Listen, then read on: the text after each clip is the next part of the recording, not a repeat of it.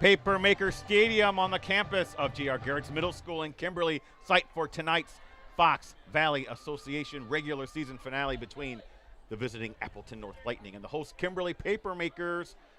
FVA conference title implications on this one, folks, as we still into week 9 of the high school football season.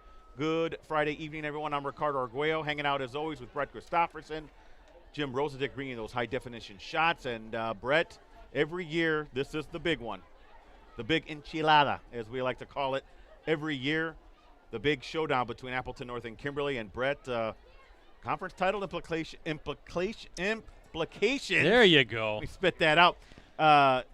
Which is usually the case every year where these two teams play each other. Well, Ricardo, we'll see how this all plays out. But right, Kimberly with a chance to clinch a share of the Fox Valley Association Championship, potentially along with Kaukauna and Neenah. Could be a three-way tie for the FVA title. I've got some historical context when it comes to how many times that has happened in Fox Valley Association history. I guess the VFA, when they were all that shenanigans when the Wisconsin Valley was part of this league as well. But it is the big enchilada. We got a big, kind of almost a full moon rising across the way here. And Ricardo, you call this the big enchilada, but could this be the big enchilada part 1? Could we see part 2 maybe as early as next week based on how the computer seedings all play out? We're going to see how that shakes out as well. But you got a great Appleton North defense, a great Kimberly defense. I think these two offenses are going to kind of battle and scratch and claw. I think it's going to be a low-scoring game, kind of maybe typical of what we see these two teams play. Whichever team, of course, makes the more plays is going to win the game. Kimberly with an emotional victory last week. We were here for that, beating their rival Kaukauna 38-20 in a huge game for the Papermakers. So see how they kind of feed off of that. Is that going to catapult them? There can't be any sort of a hangover because obviously this is one of the biggest rivals of the season. So it's going to be fun, week 9, and then it's playoff time. Yeah, again, a nice, it was a very unseasonably warm Friday evening today, I love it. Friday day, I should say, and it's cooled off a little bit here at night, but still, Brett, week 9, I don't think you can ask for much better than this October evening here in Kimberly. Well, let's get to know the teams a little bit. I will start off with Kimberly. Brett will finish up with Appleton North. These are game notes put together every week by Brett. Well, Kimberly, they're 6-1 overall, 5-1 in the Fox Valley Association. Ranked 4th in Division I in this week's WithSports.net State Coaches Poll, coming off a key 38-20 win over rival Kaukauna last Friday. FVA Association matchup at Papermaker Stadium. A game we streamed, by the way. They're also 5th in the large schools division of the ESPN Wisconsin Media Poll. Kimberly rallied from a 13-0 deficit to outscore the Ghosts 38-7 the rest of the way. And that kept the Papermakers in the hunt for at least a share of that FVA title.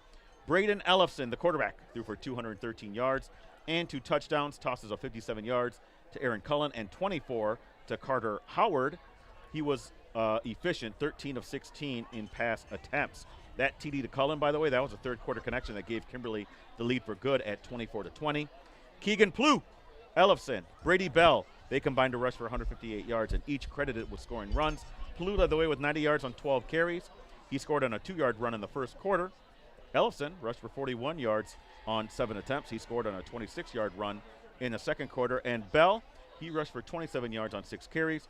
He scored on a 1-yard plunge in the fourth quarter. Now defensively, Brennan Rush, he had a game-high 13 tackles. Ellefson and Tyler Williamson next with 9 stops, while Ellefson and Sawyer Hanlon credited with a sack apiece. Ryan Halfman came up with an interception. Now on the season, Ellefson doing double duty here, Brett. Not only he's a starting quarterback, he's an outstanding every down linebacker for Kimberly. He's thrown, I should read his offensive stats first. He's thrown for 826 yards and 10 touchdowns while completing 68% of his passes.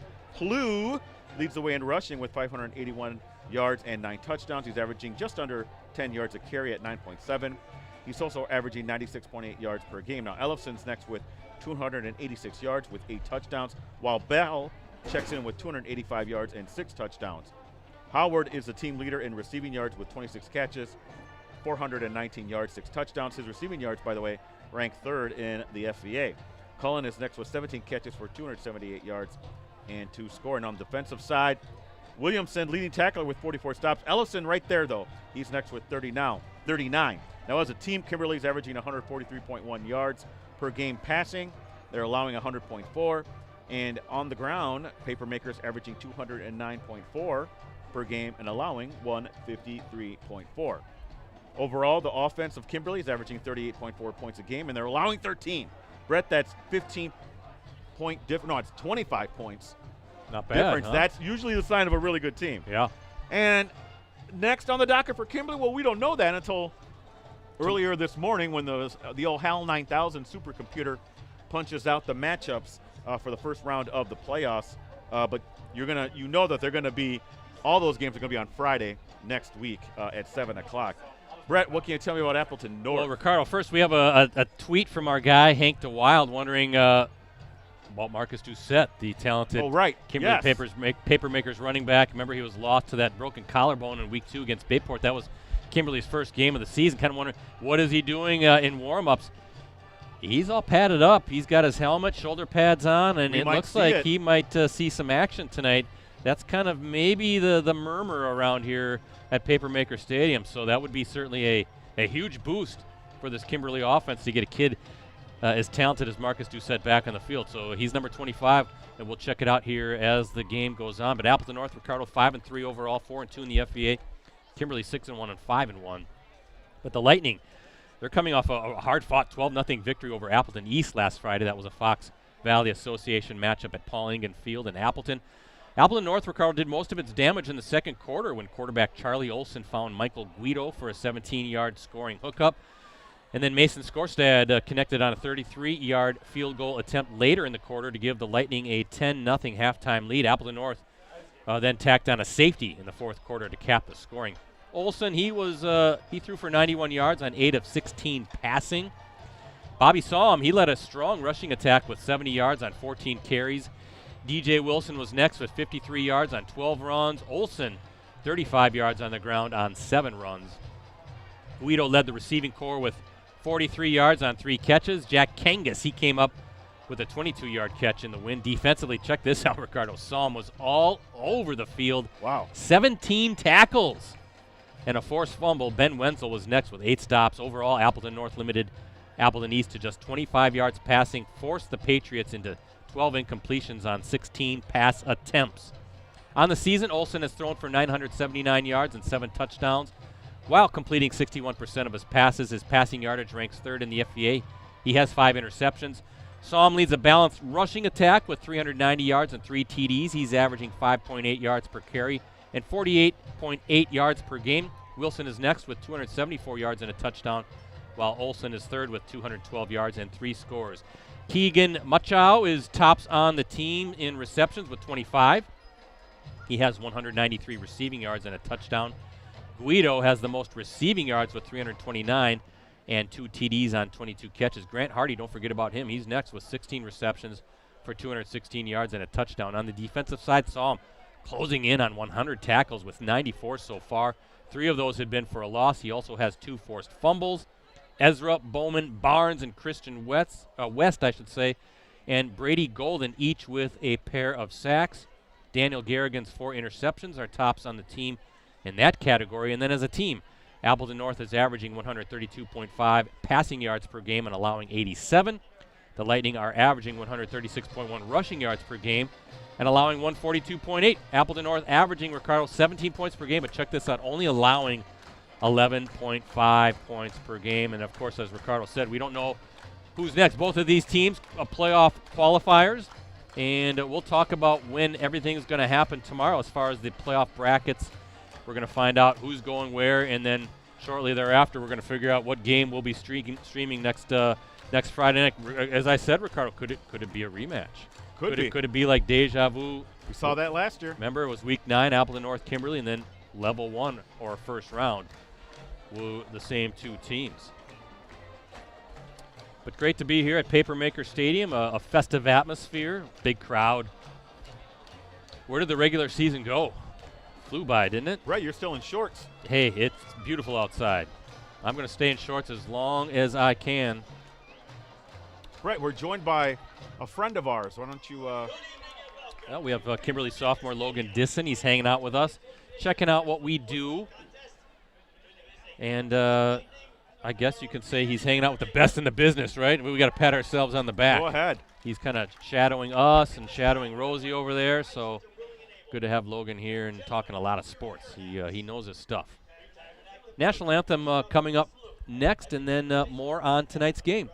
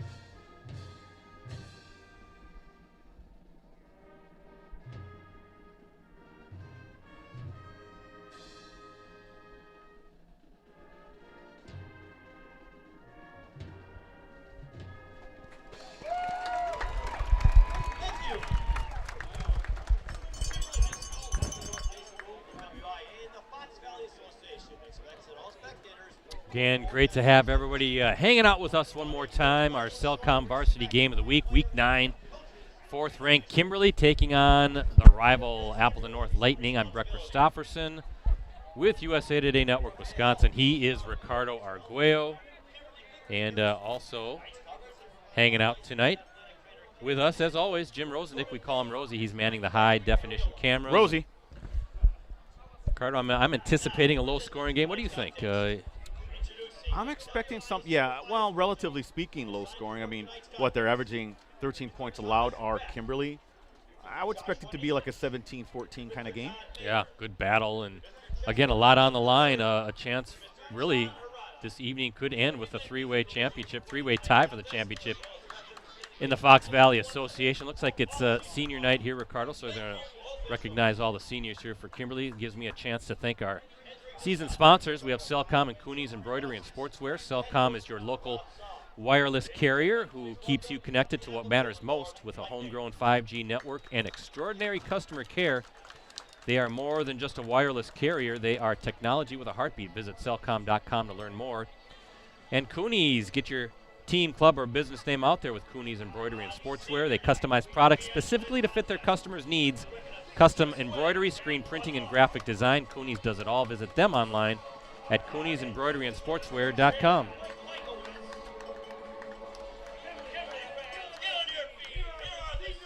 Thank you to Ryan McGinnis, the athletic director here, for making sure we're good to go again. See how this all plays out. But it's that time of year, Ricardo. I know you love this time of year, right? I do. When the playoffs. Now, you don't have to stay up real late and wait for Not anything. anymore. Yeah, you used to. They used to release, the sectional pairings, or not the pairings, which teams are in which geographical region. Yeah. Early, like 1 in the morning, and then they do the pairings shortly after. That's not the case now. They wait for everything until you get to that show. I forgot what time it is, maybe 11 o'clock. Yeah, 10 o'clock tomorrow. Okay, so there you go. Actually, while we have the seniors being introduced here at Papermaker Stadium, I'll repeat this a couple times here tonight, but yeah, the WIAA will reveal both the 11 and 8-player football playoff brackets as part of a 1-hour show that will stream live tomorrow at 10 a.m. TV stations that will stream the show on their websites include WKOW in Madison, WXOW in La Crosse, WAOW in Wausau, WQOW in Eau Claire, now My 24 in Milwaukee, and also, Ricardo, WCWF in Green Bay. they're going to air the show on tape delay from 1 to 2 o'clock tomorrow. Oh, that's around here? Yeah, No. the Green Bay station, that'll Okay. be a tape delay. Everything else will be live tomorrow at 10 a.m., as I mentioned. Brackets will also then be released on the WIA website following the live show. In total, 224 teams and 7 divisions will qualify for the 11-player playoffs. 16 teams, Ricardo, for the 8-player playoffs. State finals for 11-player, that's November 21st and 22nd at Camp Randall Stadium. Down in Madison, of course, Wisconsin Rapids. Lincoln High School will be the site for the 8-player final. That will be held November 16th. So again, tomorrow morning at 10 is when we will find the football playoff brackets, and then the WIA will release those brackets on its website following the 1-hour live show.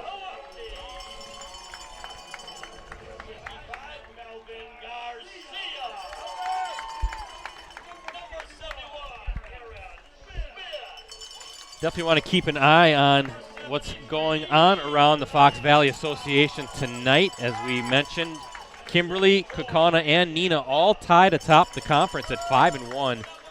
Ricardo, Kaukauna''s at Appleton East. You got to feel good about the Ghost chances in that one. And then Hortonville's at Neenah. You got to feel good about the Rockets' chances in that one. Anything can happen, but looking like Kaukauna and Neenah should win those games tonight, which leaves this one as kind of the wild card, right? This could go any way. This is a wild card game. This Appleton North team 4-2, one game behind in the league standings. And losses for Appleton North include to Mukwonago. That was a 20-10 loss in week 1. Mukwonago highly ranked in Division 1, and Ricardo, that's a game we feel Appleton North probably should have won. Yeah. Rockets also, or I should say Lightning also losing to Neenah 25-14. That was 3 weeks ago. And then Appleton North had Kaukauna. That was an overtime game before the Ghosts pulled that one out 13-10. So Appleton North, defensively in particularly, really keeping itself in these games. So this is going to be a tough battle between these two rival schools.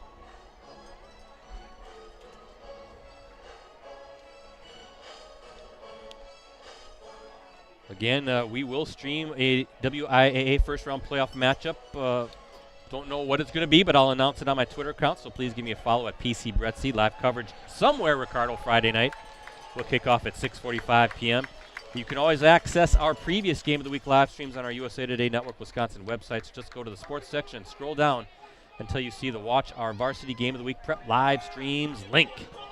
Brett, we started the season with Appleton North, Mukwonago. And we're ending it with Appleton North, Kimberly in terms of the regular season. Yeah.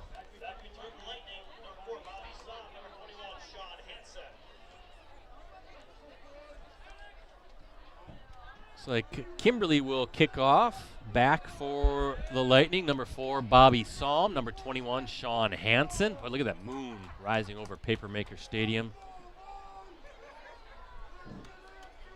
Beautiful weather again.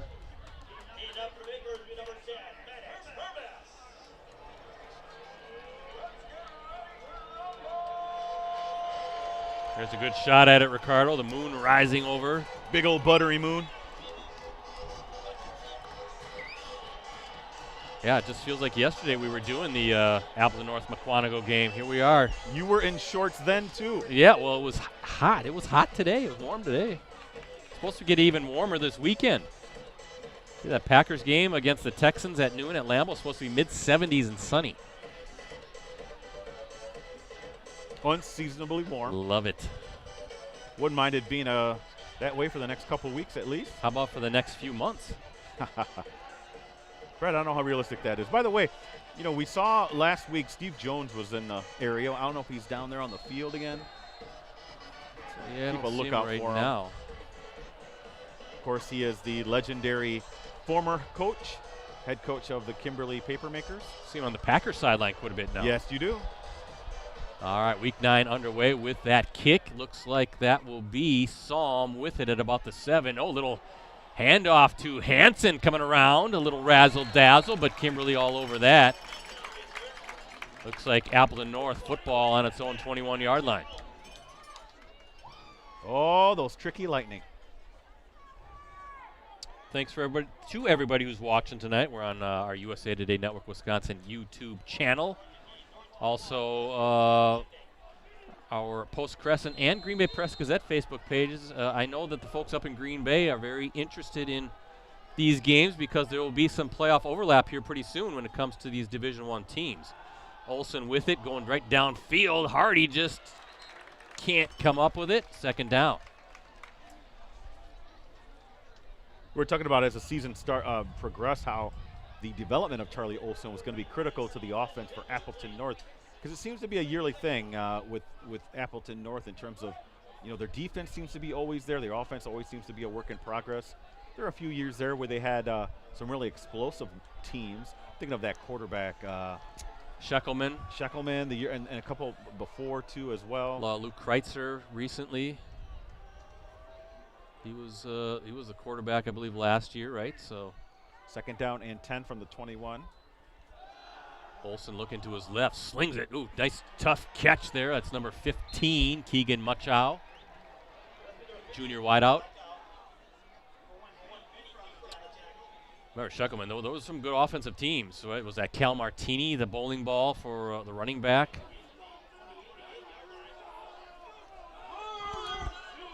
Third down here coming up.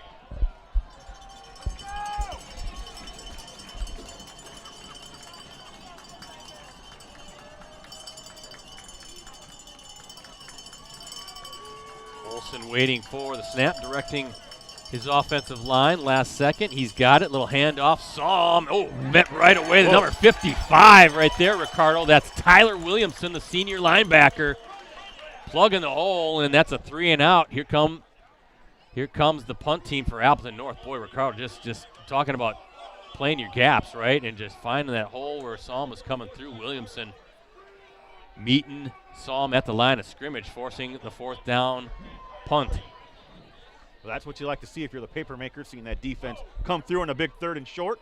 Look out. Yeah, Carter Howard back, and he's got it. Pretty good field position for this Papermakers offense, an offense that put up 38 last week against Kaukauna. Ball will be at the 43-yard line.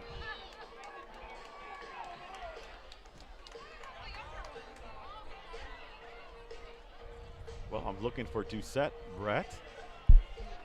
Would he come out on the first series if he is playing? He is. He is out there, number 25. So Marcus Doucette, Ricardo, good eyes, and he is back on the field. That's amazing. Yeah, it is. I mean, he broke his collarbone in week 2. Well. Oh, to be young. Oh, he took the direct snap. You're giving it to him right away. And Doucette, he gets a few yards there. Are they saying he's down? He is. Definitely down. Brett, I'll tell you, so much for easing him back in. Well, full disclosure, Coach Michaelwitz, I want to say, this was like 4 or 5 weeks ago, he told me that he thought Doucette would make it back. Okay. By the end of the season, regular season. So this isn't really surprising.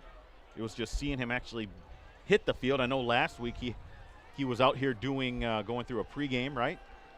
Yeah, and then kind of took the pads off at the end. We thought maybe was he going to play last week. Well, he got 5 yards on that carry, Brett. Now you got Plu back there in the Wildcat to take this direct snap. There he goes. And Plu, and he's shy. That Appleton North defense snuffing that out. Ricardo, you look at Doucette, though. In that game against Bayport back in week 2, a game we streamed, by the way, he had rushed for 133 yards and a touch. Remember, he had that 91-yard dash to the end zone. Was that like the first offensive play of the game for the Papermakers? 13 carries. He was coming off that really good junior season last year, 720 yards and 7 touchdowns. Boy, you get him back in the fold with these other backs, Plu and Bell. And kind of a nice addition coming into playoffs is Ellefson. He's just going to take the snap, barrel ahead, and he's going to be shy about a yard. What do you do here if you're Chad Michaelwitz? 4th down and 1. That Appleton North defense, tough. Do you send your punt team out and play field position, or do you trust your offensive line to get a yard? Well, I'll see Ellefson's coming off, so it looks like they'll do that Wildcat as Bell, number 28. Guessing he'll take the snap here. You got number 33, John Hansen, the senior fullback, going to lead the way. Bell, and whoa, I don't think he got it. It's close. I'm looking at that official along. No, I think he's shy. Okay, I saw the near side ref putting it right at the 47. Well, are they going to have to measure? Yes. You see the defense. Everybody's a little confused. I think they're going to have to bring out the sticks and measure this. Well, the far side official he was short. Had it short. The near side official ran out and corrected or changed the spot of the ball. It was a little more close, Brett. I think he has this. Maybe by a nose? Well, let's see. It's going to be close. You see Rosie all over that with the camera shot. Attaboy, Rosie. So a big moment right away in this game. It's going to be close. Yeah, super close. Let's see when they stretch out the chain. No, he's short. He is short. And North stops the Papermakers on that 4th down run. And look at this field position for Appleton North. And again, challenging that North defense, and the Lightning, they're up to that challenge, getting that stop. Well, both defenses coming through on the respective first drives of their opponents, Brett. Yeah, and this is maybe a little spark that what Appleton North needs. Olsen with 5 receivers. That's really trusting your offensive line, Brett, especially with this very active Kimberly front.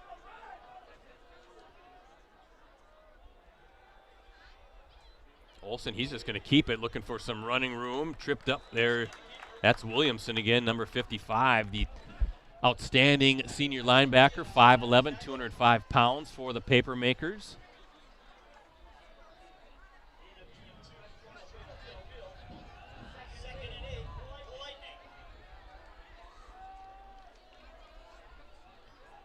Ball's just shy of the 50-yard line, Brett. Short 2-yard gain for Olsen. Again, another 5-receiver set. They feel comfortable with their offensive line blocking up front. Yeah, some good talented receivers for Olsen, too. Looking left, going downfield. Beautiful throw in stride. That's number 11, Michael Guido, with the catch. Oh, Brett saw that coming from a mile away. Guido ran a nice route, able to find a rail there in the secondary. Nice ball from Olsen, too, Brett. Oh, I guess. In stride, ball right at the 25-yard line, and the Lightning on the move after that 4th down stop.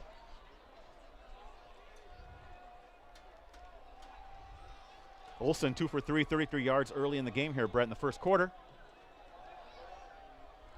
Kind of has that little flick of the wrist when he throws.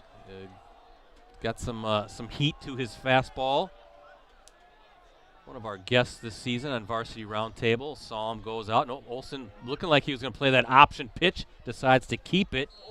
Spun down, but picks up a few.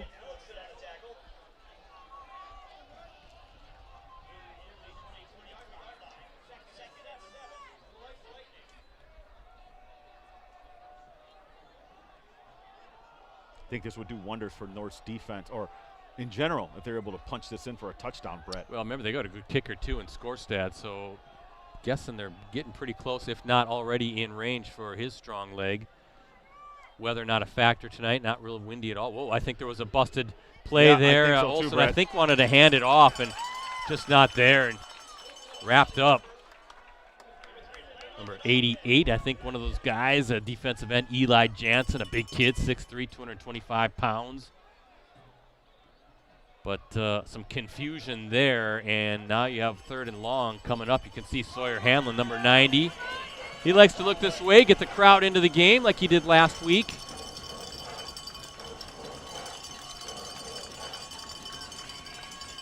Olsen talking to his guys, number 7, Ben Wenzel, a linebacker, an exceptional linebacker, but also a very good tight end as well. And now you can see some last-second instructions before Olsen takes the snap. He's got Psalm behind him. Psalm, nope, Olsen, watch out, trying to set up the screen, and somehow does.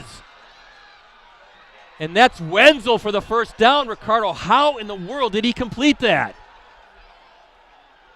Wenzel able to find some space out there in the perimeter, Brett. And boy, Olsen, you're steering right into the rush, full bore, and able to get that pass off, Brett. Nice gain, too, inside the 10. Is that the 7? Seems to me when we did that Neenah game, didn't he have a couple of those throws, too, where he was just a lot of pressure in his face and somehow showing off that strong arm. Yeah, ball 1st and goal at the 7.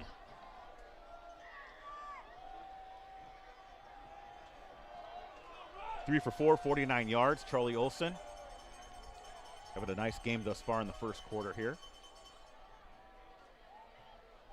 Psalm goes out. Olsen's just going to keep it, trying to find something there. Williamson, one of those guys again. Ellefson in there as well. Looks like number 98, Tyler Hinn, the junior defensive lineman, 6'3", 270 pounds. And the ball's going to stay at the 7-yard line. 2nd and goal from the 7. No gain on that run. Remember, Ricardo, Kimberly considered to have one of the top defensive lines in the state. Some great linebackers as well. Just a great defense all in all. So 2 fantastic defenses out here tonight in week 9. Now Grant Hardy going to take the snap. Hardy, whoa, wow. Yeah, Bobby saw him. I don't know if he knew what hit him, but that was Eli Jansen again, number 88, the junior defensive end, reading that. You could kind of see Hardy when he handed it off. He was, I think, couldn't believe that Jansen was there. And Ricardo, Appleton North, probably fortuitous that that ball just didn't pop out and there was a fumble. Brett, early in the first here, Neenah ahead 7-0 over Hortonville. Is that where Mike Sherry's at tonight? That was John Yoke, our buddy. Oh, okay. 3rd down, goal to goal from the 10. Brett, what's in the playbook here? I don't know, but Hardy is the quarterback again, waiting for the snap with Psalm behind him. He's going to hand. Nope, Hardy's looking. He's looking, nowhere to go. And now it's a scramble drill, going to just throw it out of bounds. And I think that was a smart move. Nothing I do too. Was open. You get your field goal out, or your unit out there, I should say, with Skorstad and put some points on the board. A little bit, I'm sure they're kicking themselves over that one, Brett. Appleton North this for a wasted opportunity like that.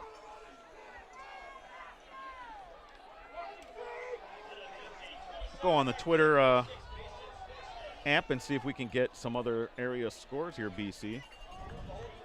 So Skorstad, looks like Ricardo, a 27-yard attempt. And he is good from 27 yards out. So Appleton North strikes first. 27-yard field goal by Mason Skorstad. We look at our Cellcom scoreboard. Lightning up 3-0 with 3:18 to go in this opening quarter.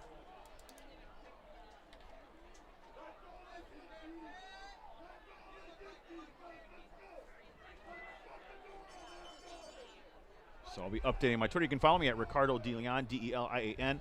Brett's at PC Brett C. Rosie's at Metal Rosie. Where is Mike tonight? Maybe he's at that Winneconne Seymour game. He might be. Yeah. That's a big one in the Bay. Winneconne Wolves looking to win the outright conference championship. A surprise, right? I think a lot of people thought that was Xavier's conference this year. Instead, it will either be Winneconne's outright or a share between Winneconne and Seymour.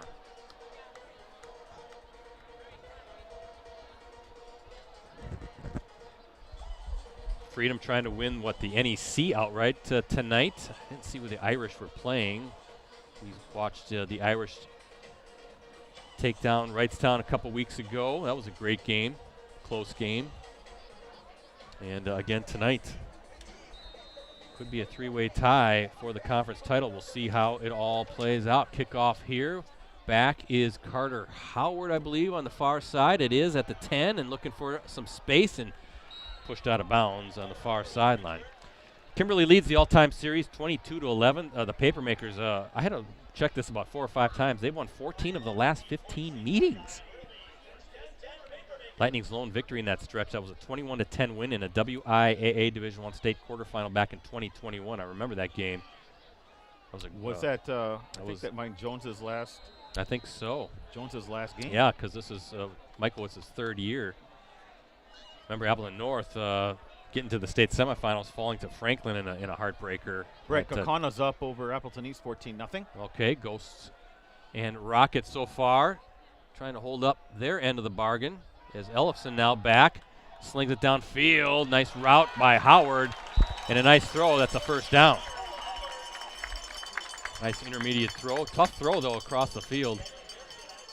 Kimberly, the last time these two teams meet, Kimberly won 10-7. That was a D1 first-round matchup last season in the playoffs, and that followed actually a 14-0 Papermakers win over the Lightning in Week 9 as the two teams squared off in back-to-back weeks. In that playoff contest, Kimberly quarterback Carson Carson Pendleton threw for 111 yards and a touchdown.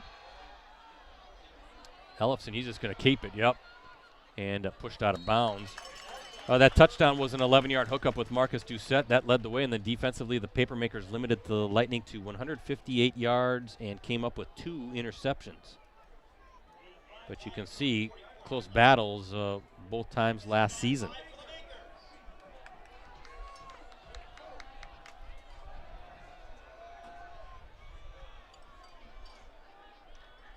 So other than that first play of the game, Ricardo, is that the only time we've seen him set? I'm looking for him on the sidelines because I don't think he's on the field. This time, Plu, and he's going to hand. No, yeah, nothing there. Wow. Oh, wow. Did you see that? Number 8, Eli Vizina, the senior defensive back. He read that one, was not fooled, and just flew in. Brett, he's a friend of the round table. Yeah, and made a heck of a play there. Oh, Mike Sherry's Wapaka is leading Xavier 7-0 after the opening quarter. Yeah, Xavier's fighting for their playoff. Oh, well, no, I mean, they've qualified, but they're not guaranteed. It's one of those kind of goofy things. They need another win to guarantee themselves a playoff spot. Ellefson now on the run, slings it downfield, and fourth down. That North defense holds again, Ricardo. And here comes the Kimberly punt unit.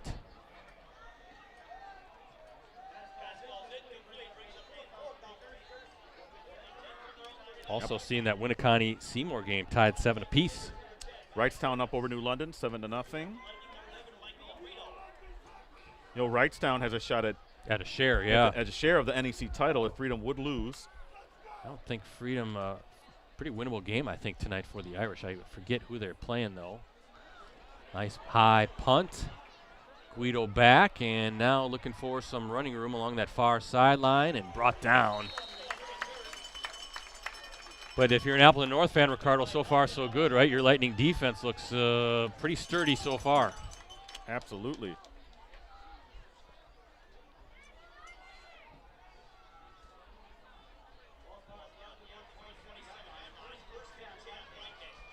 No score between Two Rivers and Little Chute as well.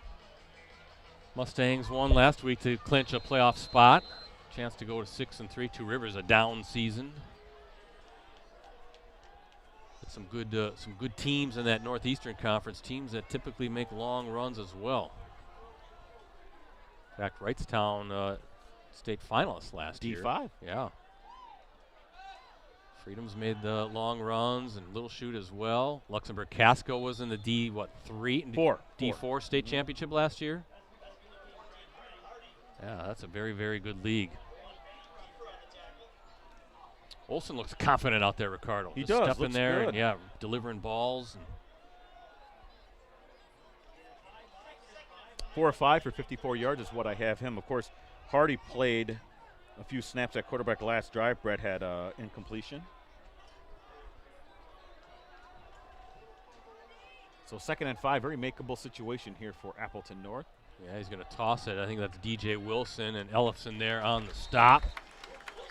Wilson, a good-looking sophomore running back, 5'7", 178 pounds. And third down coming up.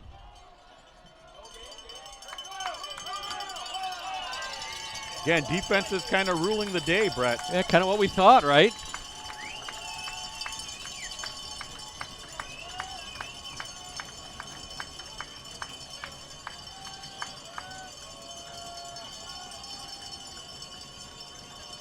Olson, no, he's going to keep it. Ellefson trying to set up screen, intercepted, and I think he's going to take it all the way. That's number 49, Trent Dunk, the junior linebacker. Brett, that's 31 yards. 31-yard pick six for Dunk. And there is a flag on the play, though. Hold on. We'll keep the touchdown on the Cellcom scoreboard for the moment. Brett, what number was that? 49.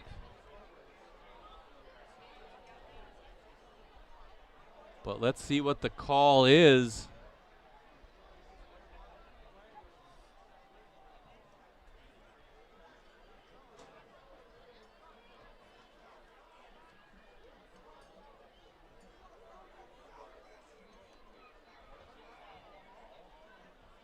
Personal foul, Ricardo, against the Papermakers. On the run back, or was that after? It says first down. So no touchdown then. The interception stands. We'll take the interception off the board. Well, you're thinking if you're that linebacker, right? Come on, give me the score. But look at now. Where that personal call at the 25. So a touchdown taken off the board on the penalty, Ricardo. And now you're trying to do something against this tough Appleton North defense. Doucette back in. He takes the snap. Spin move.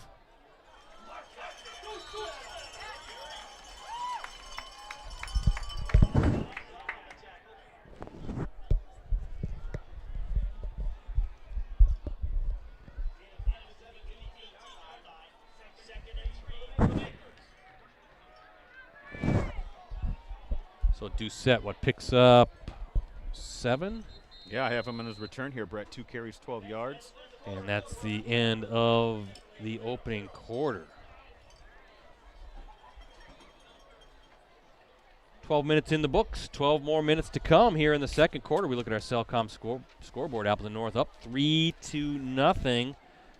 27-yard field goal by Mason Skorstad. The only points of the game so far, but Kimberly working on an interception by junior linebacker Trent Dunk. Looked like he had the pick 6, but a personal foul penalty brought that back out. And Kimberly will open the second quarter, 2nd and 3 from the Appleton North 18-yard line. Going to update my Twitter. You can follow me at Ricardo DeLeon, D-E-L-I-A-N, Brett at PC Brett C, Rosie at Middle Rosie.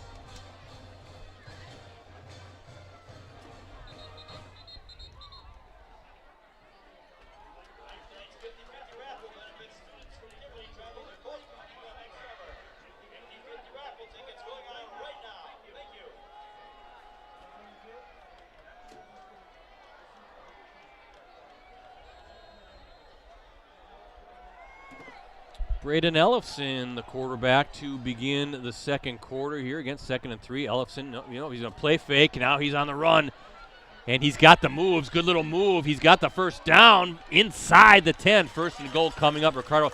There you see that athleticism by Braden Ellefson. Nothing there, and the rush came. He was getting chased out of that pocket fast, but using his speed and athleticism, he gets the first down, ball out the 8-yard line. Kind of a little bit of a juke move right there to free up some space. It's a good weapon to have as now he comes out of the game. Just kind of mixing different guys in right now. 3 carries, 17 yards I have for Ellefson. Well, we talked about that, how he needs to take some plays off because he starts on defense at linebacker. So you're going to see a lot of mix of guys at the signal caller position. Yeah, and now Doucette back in. So, again, we mentioned Marcus Doucette back on the field for the first time since breaking his collarbone in week 2 against Bayport. He's going to keep it, kind of a little counter step, showing some power, dives into the end zone. Let's see what the official, he is in, Ricardo. Touchdown for Doucette. You know that had to feel good for Marcus. He's got some fresh legs out there. He does. How many yards did we say that was? That was a 8-yard, you're right, 8-yard run for Marcus Doucette. And now Maddox Hermes, the diesel, Ricardo, he's out for the PAT. So taking advantage of that interception by Dunk, the 8-yard run by Doucette, waiting on Hermes' PAT. Snap good, hold good, kick easily good, and with 11:07 to play here in this second quarter, we look at our Cellcom scoreboard. Kimberly, a touchdown. They're up 7-3 over Appleton North.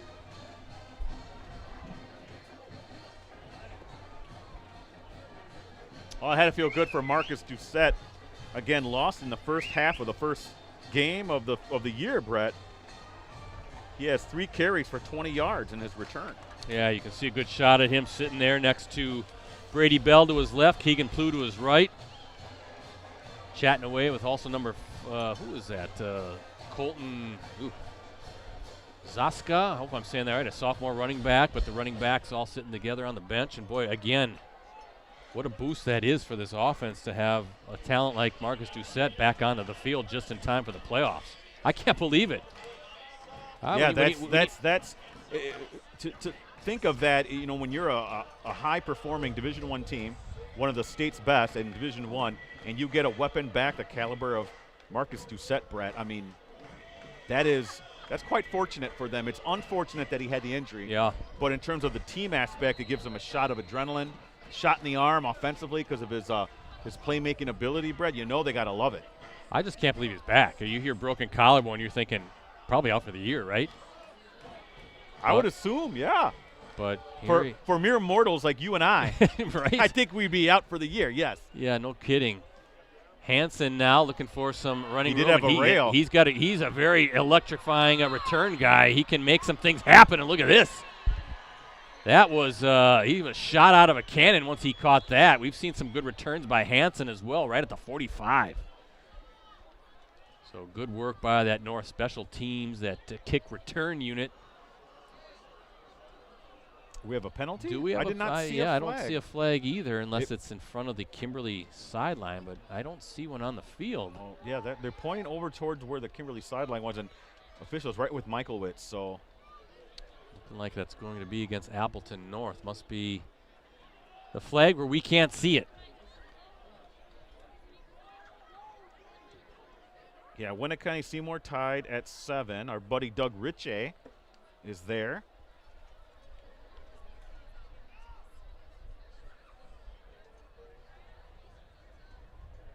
Looks like they're going to move Appleton North back, or maybe not call anything. Because right now it's at the 45. Yeah. We can't hear anything that he's saying. They have the Pink Panther theme going on. I think fans are kind of confused as to what's going on. Was it maybe, you know, like some of the Kimberly folks on the sidelines or in the white area, possibly? That's the only thing I could think of, Brett, because if there was no penalty, no yardage walked off, unless they're doing it now. No, right at the 45. So maybe it's a warning or something like that. Yeah, it could have been a sideline warning, maybe so. But in any event, everything is all squared away, and now Appleton North looking to answer the Kimberly touchdown. And a great field position for North right at its own 45-yard line to start this thing off. Let's see what Charlie Olson can do.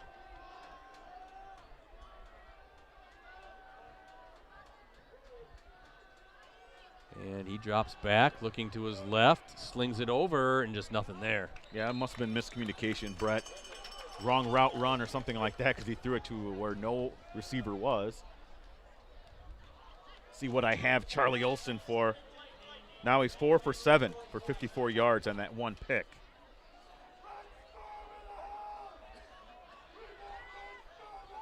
Second and 10, the 45. Again, you know, Hansen gives them really great field position here, Brett. So if you're Appleton North, I don't think you can really waste an opportunity like this. You're near midfield. Offense, you've been able to do some things against the Kimberly defense, try to keep it rolling here. Olson's going to keep it. Ooh, look at him running over guys. Yeah, Ellefson finally brings down Olson, but I think he gets into Kimberly territory. So third down. And what, about 4 maybe? No, they're going to keep it right at midfield. Where are they going to mark it? At the 48. At the 48-yard line. So 7-yard gain. Yeah.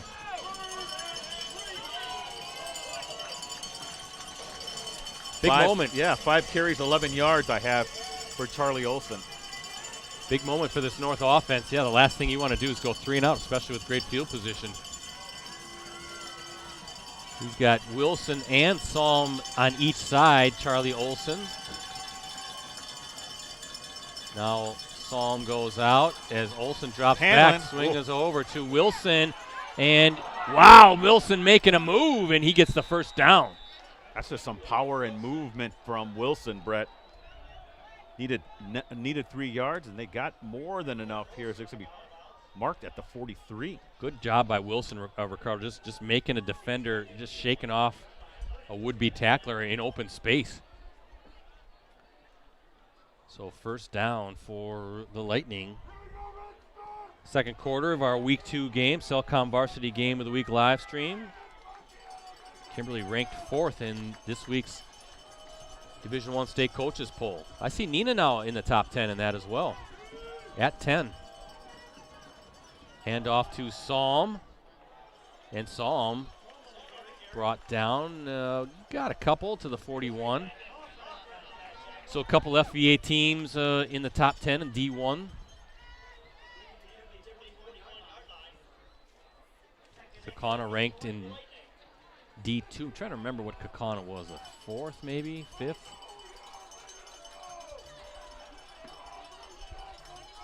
So 3 FVA teams. They might have took a little tumble, which I don't think should be the case because they did lose to Kimberly. But the coaches see it different, I guess. 2nd and 8 from the 41 in Kimberly territory are the Lightning. Olsen has got some time. Now he's on the run. Nothing was downfield. Wow, look at Ellefson chasing down Olsen. 3rd down coming up. Got some wheels.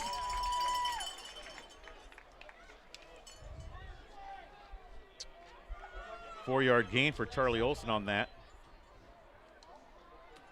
Brings up a 3rd and 4 at the 37, Brett. Yeah, Appleton North. Rob Psalm on taking on Kimberly this week. Quote, as we prepare for a big game against Kimberly, our main focus is on controlling the controllables. Kimberly is a very balanced, well-coached team with no real weaknesses.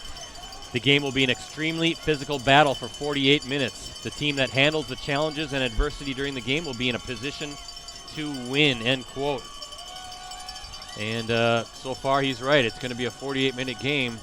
But based on how this is playing out so far, as Olsen, he's got his receiver open.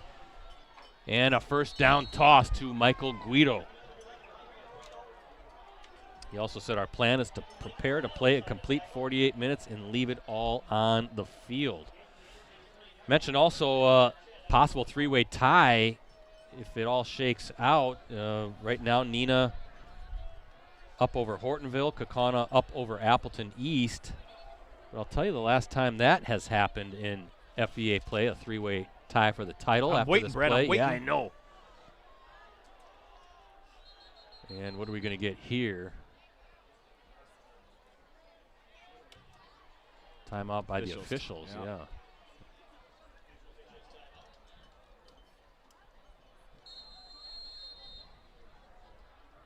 So 1st down coming up. Appleton North on the move. Nice 3rd down hookup between Olsen and Guido. Now Psalm finding a little bit of a seam up the middle. Gets about 5. Yeah, okay, so the last time there was a 3-way tie for the Fox Valley Association Championship, that was in 2010 when Appleton North, Kimberly, and Menasha finished 8-1 in league play, Ricardo. The only other times 3 teams shared the FVA crown was 1989. It was Appleton East, Appleton West, and Nina. And then 1972 when Nina shared the championship with Oshkosh North and Oshkosh West. Did you get that off the FVA website or our buddy Dan Cohn?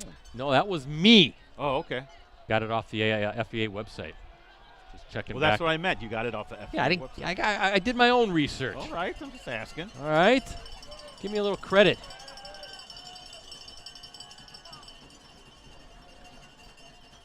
Olsen, low play, Flake going downfield. He's got his receiver just a little too far. Well, you saw that developing, Brett, didn't you? Caden Prince, the intended receiver. There's some good coverage there, but a nice little play fake. 3rd down coming up in Ricardo. Obviously 4-down territory based on where the ball is here. I was going to say, how much does that 26. Missed opportunity when they got the field goal, Brett, kind of hurt Appleton North a little bit, because now, you're right, it is 4-down territory if they come up short here on 3rd down.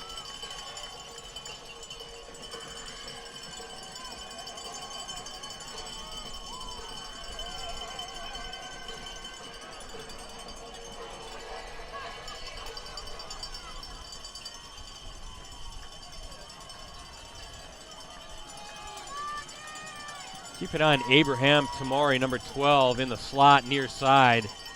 Talented athlete. Play fake. Nope, trying to set up a screen with Grant Hardy.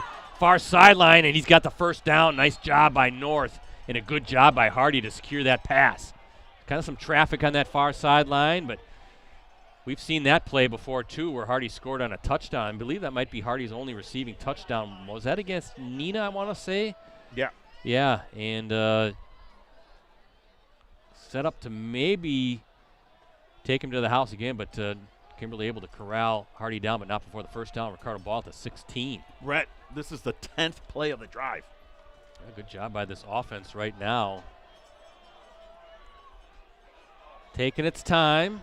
No big rush. As Olsen now turning around, talking to Bobby Salm, now getting ready for the snap. Back judge counting it off, and Salm trying to get a push. Good job by that offensive line. Neenah up 15-7 over Hortonville with 5:01 to play in the second quarter.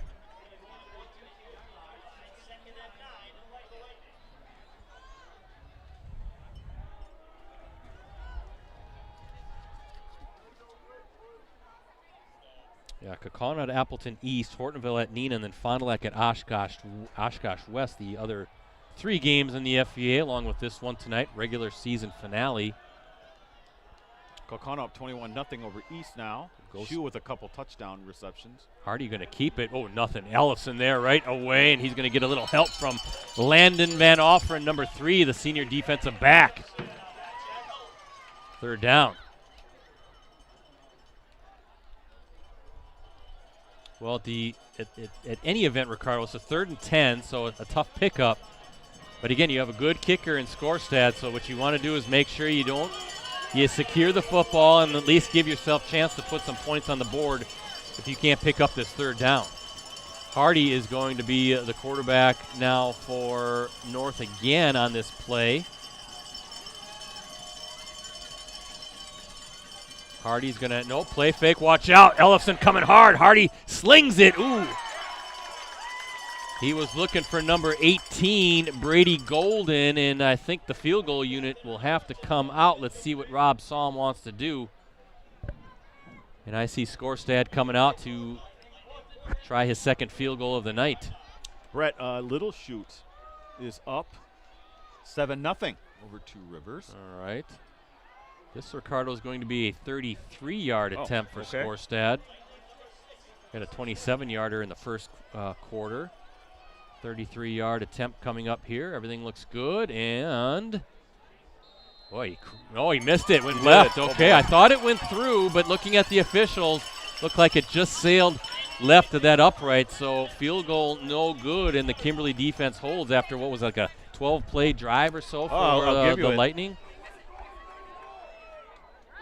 Brett, 12 plays. Yeah, that's tough.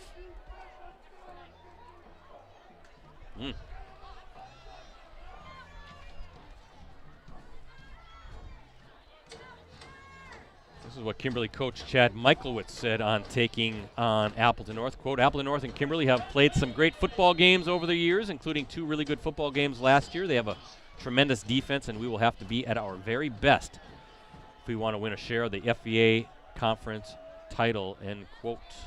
Said his team is excited for the challenge. And Plew with the ball there as the clock continuing to run here in the second quarter at Papermaker Stadium. Cellcom scoreboard shows Kimberly up 7-3.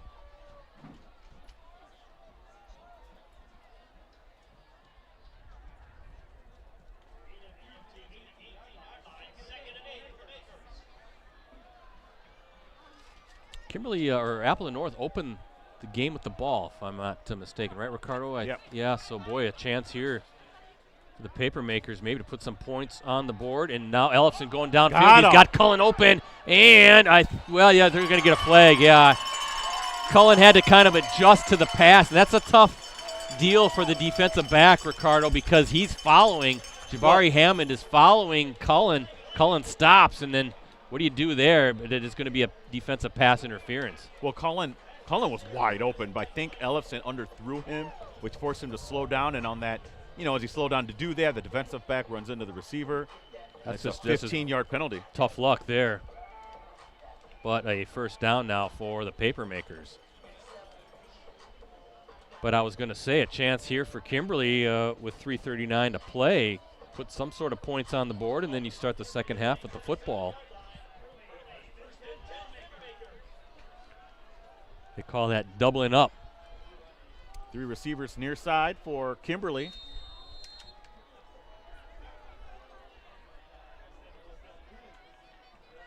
Plu's going to keep it. Looking for some running room. Does not much there. Man, he dives forward a little bit more. Maybe about a 5-yard gain is when all's said and done.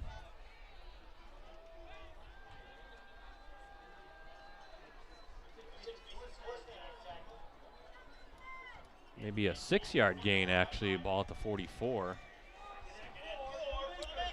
3 carries, 9 yards I have for Plu. Both teams with 3 timeouts. Doucette back there with Ellefson now, Brett. And Doucette with it. Oh, boy. Boy, oh, wow, look at that run. Playing with a little anger there. Running some guys over.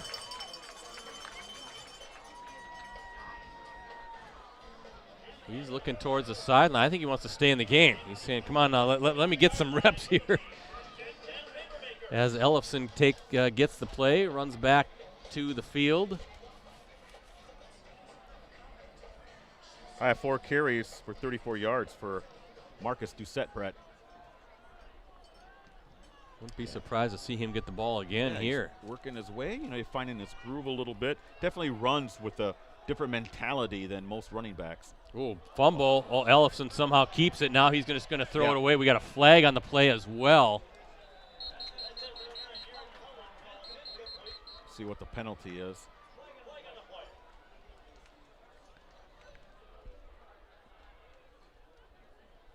Yeah, that didn't look good from the start, Brett. Good job by Ellefson just to secure that ball, throw it away. But we'll see what that call is. Flag coming from the opposite sideline. Officials talking it over.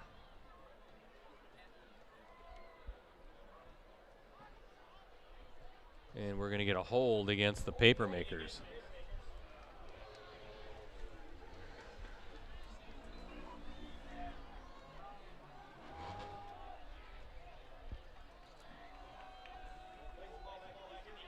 First and 20 it'll be, Brett, now.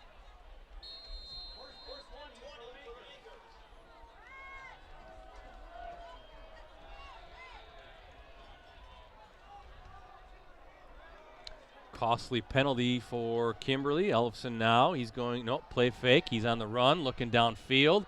Slings it. Oh, nice pitch and catch. That's Carter Howard with the grab in front of his own sideline.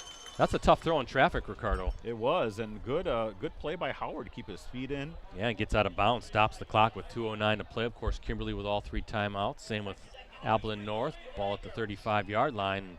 First and long now looks much more manageable here. 2nd and 3. 2 of 3 for 30 yards is what I have Ellefson for. Passing. 2nd and 3 at the 35. Much manageable, Brett. Always nice when you get 17 yards on the first play and long. Handoff. Nope. Oh, just met by number 34. Trey Fox, the junior defensive lineman, 6'4", 190 pounds. He got his hands around Plu and was not going to let go. That's a, what? Loss of 3? Yeah, 3-yard loss there on that play. Great job by Fox. Shedding his block and making the play.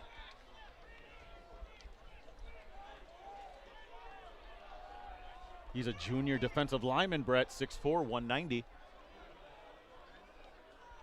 Ellefson now with Plu next to him, and Ellefson looking to his left, pump fakes. Nope, now he's going to, whoa, he wanted to go. He did. Downfield and trying to shake. Oh, what a hit. No. Woo. But is that Bobby Psalm coming in and just dropping Ellefson? I think 72 was in on that one, Brett. That was 72 Hawkins, with a hit? Jack Hawkins, yeah. Okay. Big time hit by Hawkins. As I saw number 44 flying too. Bobby Psalm from his linebacker spot. Just a good defense that hits hard. Well, Brett, it's 4th and 3. You're 4-down territory here? Think so. No, yeah, no doubt about it. I think right to. now Kimberly's just kind of letting the clock run here. They're probably going to burn a timeout. As it's down to 45 seconds to play here in the second quarter. Back judge has his arm up, and now he's starting to count. And timeout for Chad Michaelwitz as he'll go out and talk to his offense.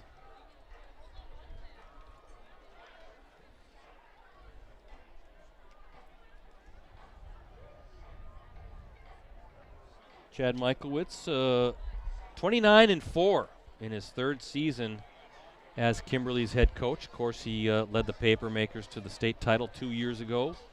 11 seasons previously at De Pere. And has done a whale of a job. Not easy, Ricardo, coming in with these expectations year in and year out, but boy, he keeps on going on, doesn't it? Wrightstown up 21-0 over New London. Kaukauna up 28-0 over Appleton East. Those are second quarter scores. Tough season for Appleton East as it ended up. Remember that big win over Kettle Moraine early in the season, but I know they have some injuries. They do. They lost one of the state's top linemen and that Marks kid. But I'll say this, Brett. You got to win those close games. I think they had a pair of games that they lost by 6 points, right? That completely changes your season if you're able to get wins with those close games. Well, 4th and 3, 37 seconds to go. Ellefson, the quarterback, is at Doucette next to him, and what do we have now? A timeout for Appleton North. Brett, I have a bunch of scores here. If you can let me read them. Yeah, here. Go ahead. Freedom 20, Luxembourg Casco 7. That's a second quarter score. Nina 15, Hortonville 7. We have that. Fox Valley Lutheran 7-0 over Shawano. Menasha 14-0 over Sheboygan North. Winnicott now leads Seymour 14-7. And let me see some of these other ones. Bayport up 21-7 over Pulaski. Seeding purposes there for Division I. Got to pay attention to that one, right, BC?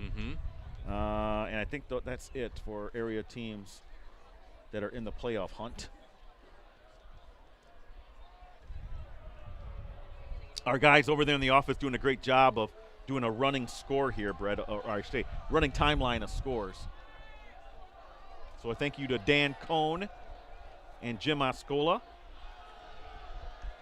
It might be just Dan Cohn. Oscola might be out at a game. Well, here we go again, 4th down. This time Doucette waiting for the snap, and now what do we have? A timeout. Teams are just taking turns. Ricardo calling timeouts. We'll get this half done at some point. How about Wapaka up 14-3 over Xavier at halftime? What the heck? I don't understand Xavier at all. I mean, you say that they're in, but they're not in. No, right? You're right. But more than likely they'll be in. It's like I forgot how many. There's like 40-something 3 and 4 teams that can get in, and usually that's enough to get everyone in. But boy, oh boy, Freedom up 20-14 over Lux Casco now. That's late in the second quarter. That game's at Rocky Blyer Field too. That's on the turf. It's just been kind of disjointed for them from the get-go. I think speaking of disjointed, Brett, what's going on here? 4th and 3. Well, I fully expect Appleton North to take a timeout now. Playing the timeout game now. Ellefson back at quarterback. And Doucette, play fake. Ellefson. Oh, Cullen with a tough catch. That was a tough catch, Brett. And that stops the clock. Is Kimberly going to get to the line quickly, I would think, or is nope? Chad Michaelwitz going to burn that final timeout with 32 seconds to go. So no more timeouts for Kimberly as we look at our Cellcom scoreboard.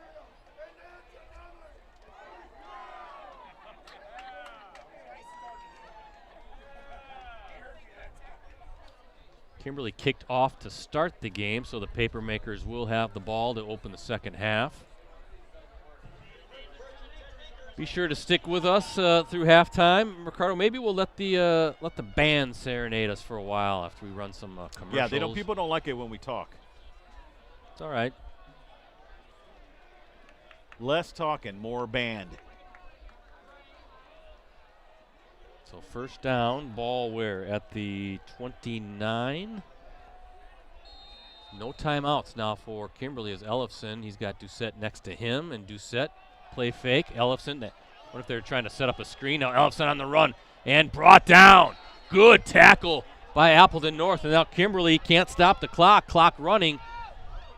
And Ellefson, he'll spike the ball to stop the clock here with 17 seconds to go.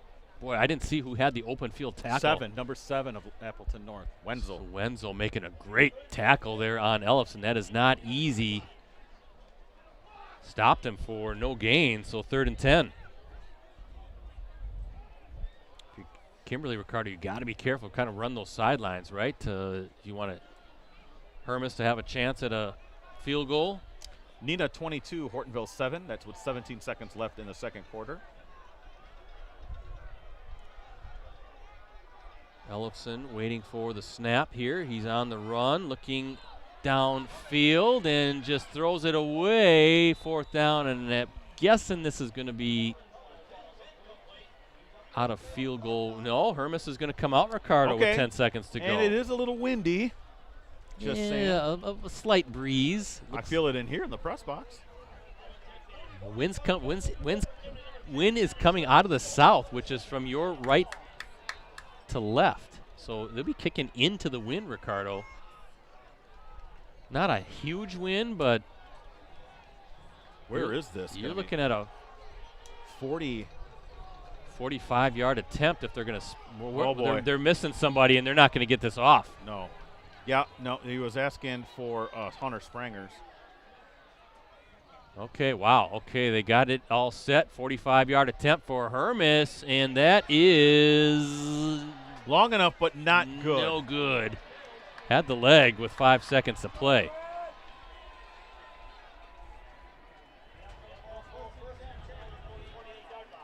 $14-3. Yeah, Wapaka over the Hawks, over Xavier at the half. Notre Dame leading Oshkosh North 27-7. Very late in the second quarter. Fox Valley Lutheran again. Now they're leading Shawano 14-0. 5:35 left in the second quarter. Kohner, I'm guessing he's at home watching about 7 live streams. Yeah. That's what you do, right? Appleton North, Ricardo not going to do anything fancy here with 5 seconds to play. Olson's just going to take a knee and run out this clock, and we are at halftime. Menasha leading Sheboygan North 21-14. That's at the half.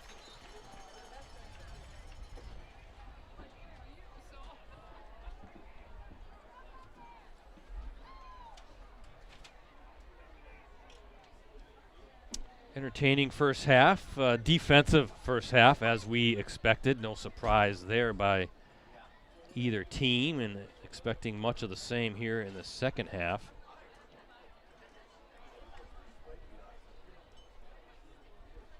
Yep, just updating my Twitter, X. You can follow me again at Ricardo DeLeon, D-E-L-I-A-N. Brett's at PC Brett C. Rosie's at Metal Rosie. All right. All right, halftime here at Papermaker Stadium, and a quick look at our Cellcom scoreboard shows Kimberly leading Appleton North 7-3 in this Week 9 Cellcom Varsity Game of the Week live stream. We'll talk more about tonight's game and everything we have coming up digitally at USA Today Network Wisconsin after this short break. From the moment we get up, technology is at work in our world. That's why Cellcom built a network to support big moments and small victories. It's technology with a heartbeat. Promote your business, unite your team, or just get your name out there with help from the professionals at Cooney's Embroidery and Sportswear. Family owned and operated for over 20 years, we have the skills and experience to customize your apparel and spread the word about your business or organization. We can put your logo, name, or anything else you want on any article of clothing. From embroidery and screen printing to graphic design and heat press services, we've got you covered. Call today. Are you ready for this? Ready to take chances? Will you push and break your limits? Are you ready to be a legend? Are you made for greatness? Writing history? Are you ready for this? Are you ready for this? Born to be a champion, never to change the system. You start a revolution. This is your moment. Are you ready to fight? To rebuild and win? This is the time for glory, for greatness. Are you ready for this? Yeah, we them girls, we shout it from the top, top, top. Yeah, we them girls, you know we never stop, stop, stop.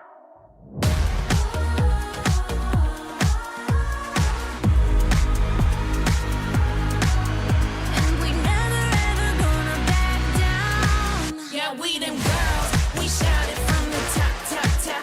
Yeah, we them girls.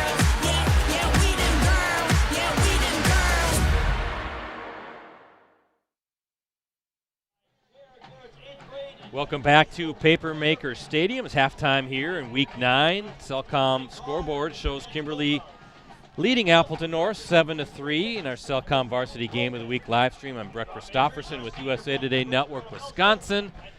He's Ricardo Arguello with the Post Crescent and USA Today Network Wisconsin as well, and Jim Rosandick manning the high definition cameras. We'll talk more about tonight's game, but Ricardo, why don't we let the band entertain some folks for the half? We'll take another breather. We'll run some more ads, and then we'll talk about everything we just saw over the first 24 minutes. But enjoy the Kimberly Marching Band here in Week 9. Another holiday concert will be held in the JR Gymnasium on December 12th. And now, in tribute to JR Garrett's Middle School, the combined bands in colorboard perform Hail JR Garrett's.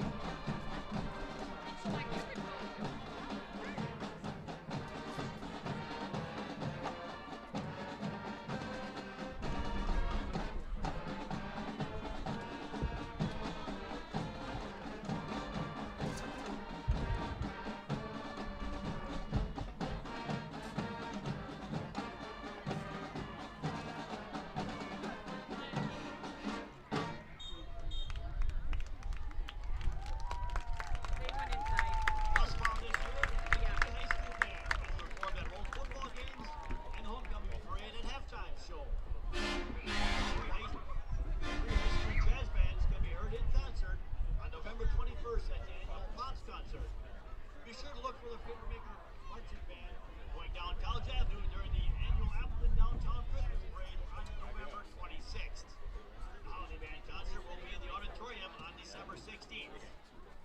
We now ask you to stand and join in singing as the combined bands salute Kimberly High School with "Yay to the Colors" of red and white.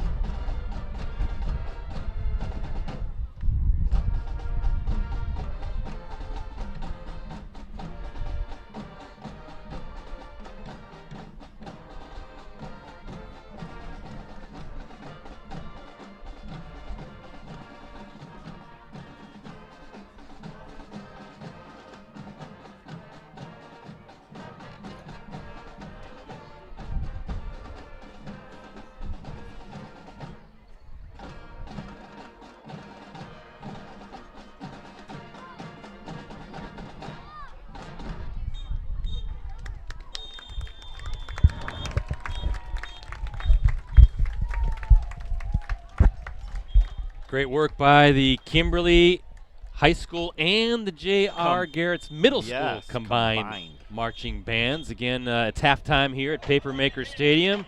Our Cellcom scoreboard shows Kimberly leading Appleton North 7-3. I tell you what, Ricardo, we can't win. We either don't give you the band and we get some guff, or we give you the band and we're getting some guff. Yeah, we're calling you out, Nate Weiss. Come on, what are we trying? We're trying to make everybody happy here for these super long halftimes. We'll give you some analysis here, but not before these quick messages. Yes.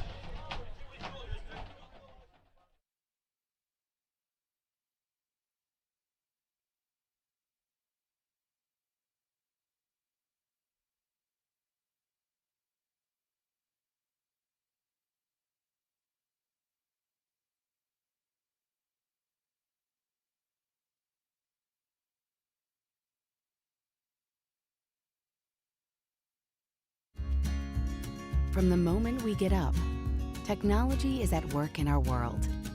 That's why Cellcom built a network to support big moments and small victories. It's technology with a heartbeat. Promote your business, unite your team, or just get your name out there with help from the professionals at Cooney's Embroidery and Sportswear. Family owned and operated for over 20 years, we have the skills and experience to customize your apparel and spread the word about your business or organization. We can put your logo, name, or anything else you want on any article of clothing.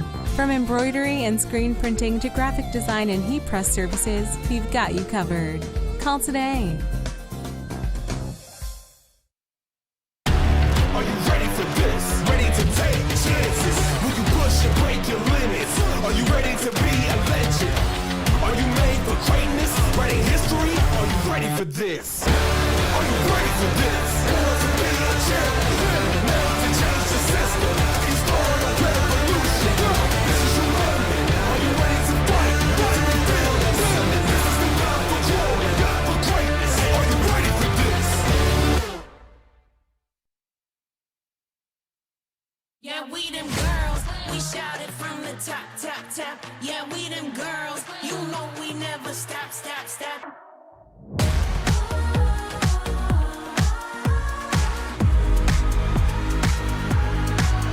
And we never ever gonna back down. Yeah, we them girls, we shout it from the top, top, top. Yeah, we them girls, yeah, we them girls, yeah, we them girls. Welcome back. Papermaker Stadium, still halftime here. We look at our Cellcom scoreboard. Kimberly up 7-3 over Appleton North. Big Week 9 matchup.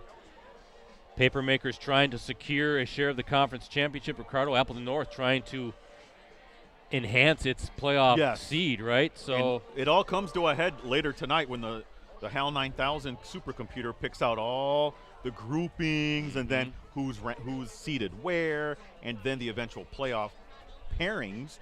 It's going to be a wild, wild night up into 10 a.m. Brett, you said that the show debuts. Yeah. It's going to be a anxious night.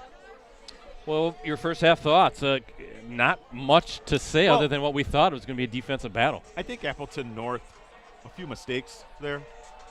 They had some fortuitous things happen to them, right? They got the early turnover on downs defensively, did a great job stopping Kimberly on that 4th and 1.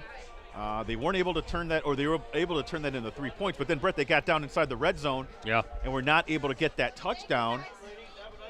So that's tough. I mean, you know, those missed opportunities, you don't get many of them against a good team like Kimberly. And same thing for Kimberly. They drove the ball down the field there at the end. They have the touchdown, but they could have been up 14-3 or maybe even 10-3 if they got the ball closer for their fantastic kicker, Hermes. And by the way, Appleton North also has a fantastic kicker with Scorestat. So, but hey, it's a close game. Kimberly gets the ball to start the second half. We'll see how they kind of set the tempo for that half. I tell you what, something to keep in mind too. We were talking about this at halftime. The wind has kind of picked up a little bit more.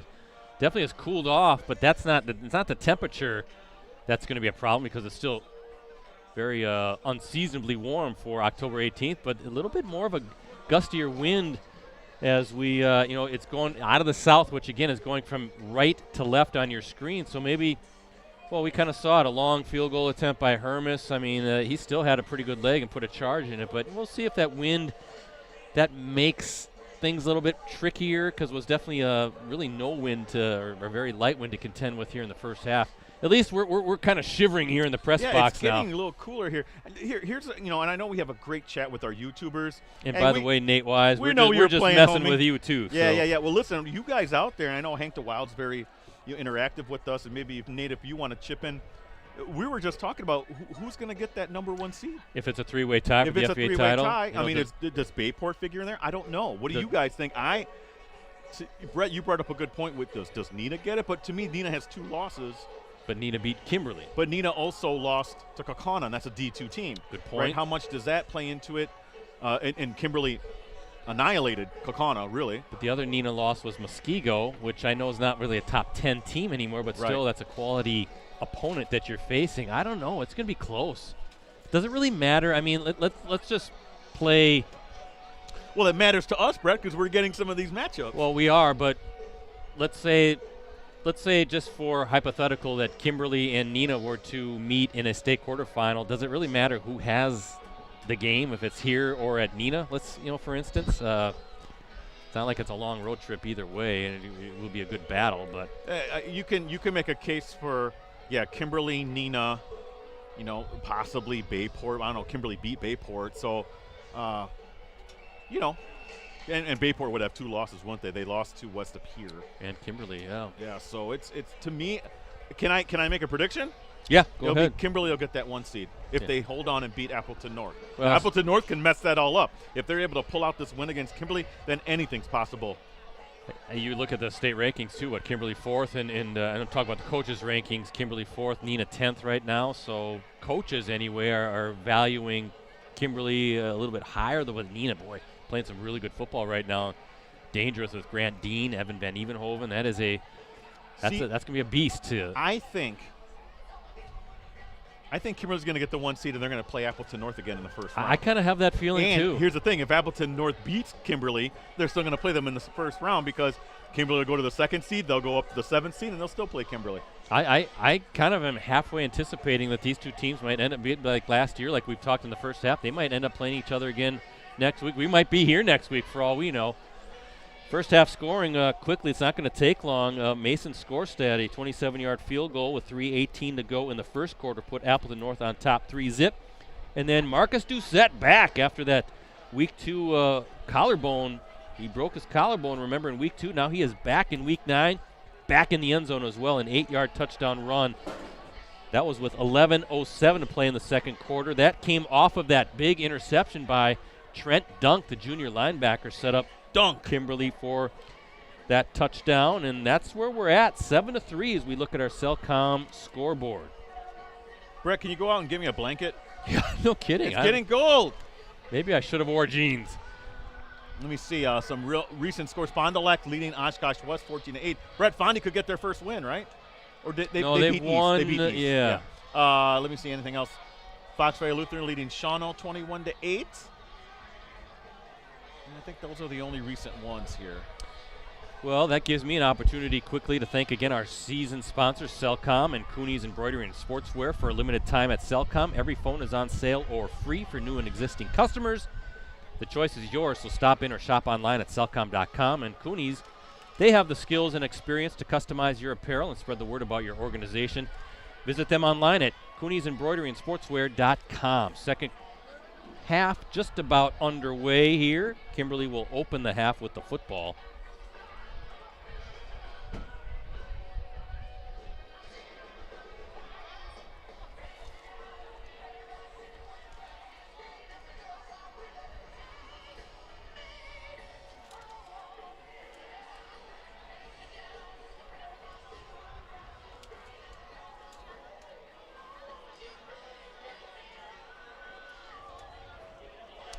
Brett, I can give some leaders here for Appleton North. Quarterback Charlie Olson, I have him 7 of 11 for 76 yards and the 1 interception. Skorstad had the only score with that field goal. And then leading rushers, not much here. It might be Olson, I should say, not O'Brien. 6 carries, 15 yards. And for Kimberly, leading rusher is Marcus Doucette, 4 carries, 34 yards. Ellefson 4 for 5, 37 yards passing. All right, Carter Howard returns it to the 30, and we are underway in this third quarter.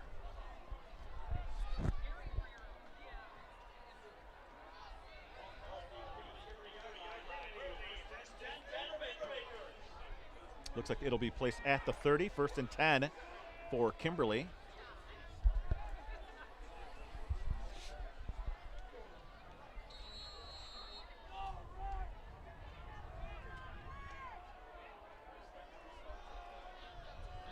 Kimberly offense trots out onto the field. Doucette still the tailback there, Brett. He might be, actually, this might be the Wildcat situation again. Yep, so the running back going to take this direct snap in the Wildcat as he waits for it, and he's going. And he's coming to our side, kind of cut it back inside, but a good start to this second half for the Papermakers.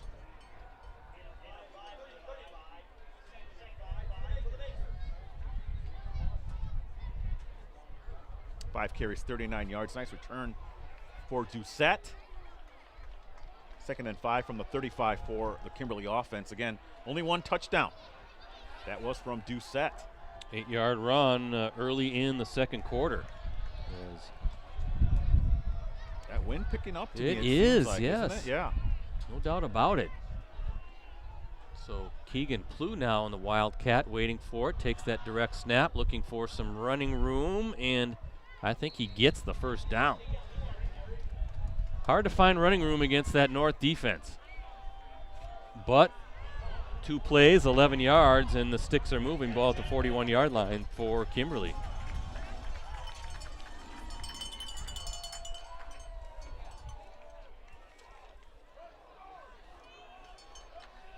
$12 yards, 5 carries for Keegan Plew. Came in averaging just under 10 yards a rush.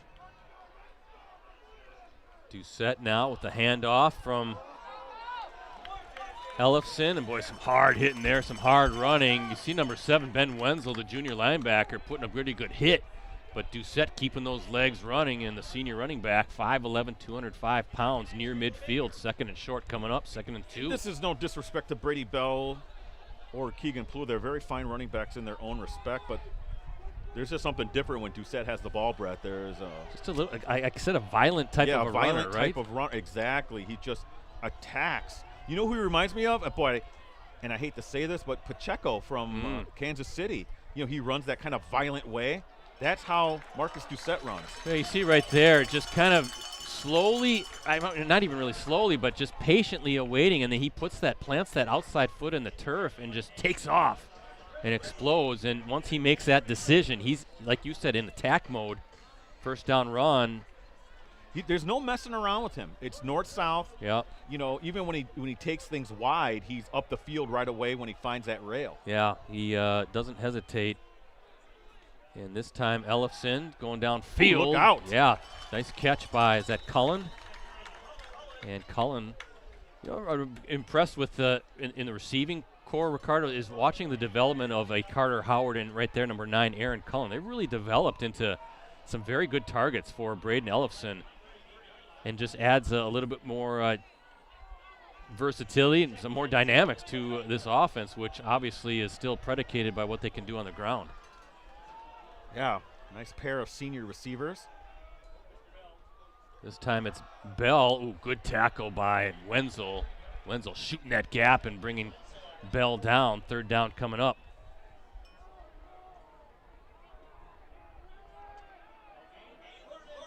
Brings up a 3rd and short after that no gain, and Doucette's back in the backfield.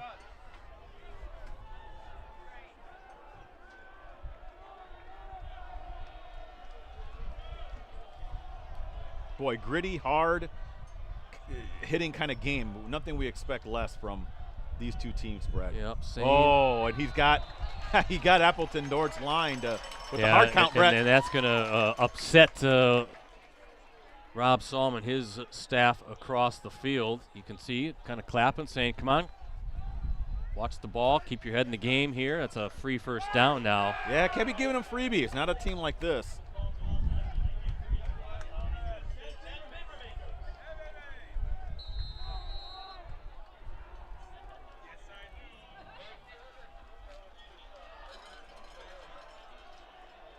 First and 10 now at the 33. Doucette. That's Bobby's song. Oh, We got there's a flag, too. too. 55 also in there. Christian West, good-looking senior defensive lineman for Appleton North. What do you think here? A hold? Well, is usually in the area of holding.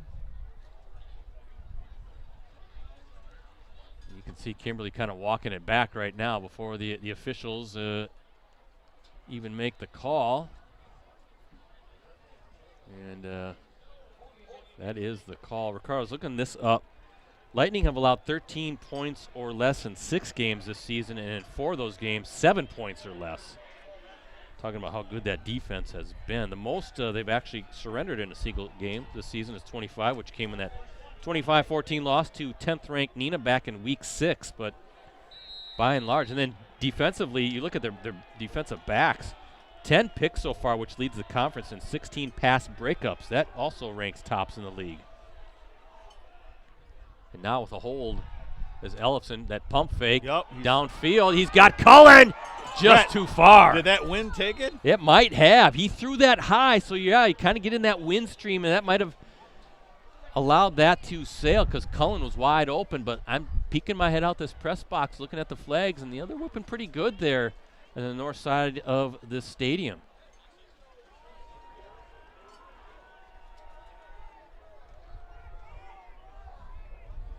Appleton North, a playoff participant every season since '04. Again, we're not really counting that spring season. We don't like to do that. Well, we do kind of because Braylon Allen, we were able to watch him up close. Yeah, screen. Oh, wow. Wow, you know what happened there is that Doucette got caught up in a lot of traffic there, Brett, that kind of really hampered the timing of that play. He got hit. He was on his way down to the ground. And that pass turned out to be more dangerous than it should have been, that screen pass, I should say. Yeah, Mason Skorstad, the kicker, obviously also plays a good linebacker. He darn near came up with that interception. Kimberly playoffs every season since '06.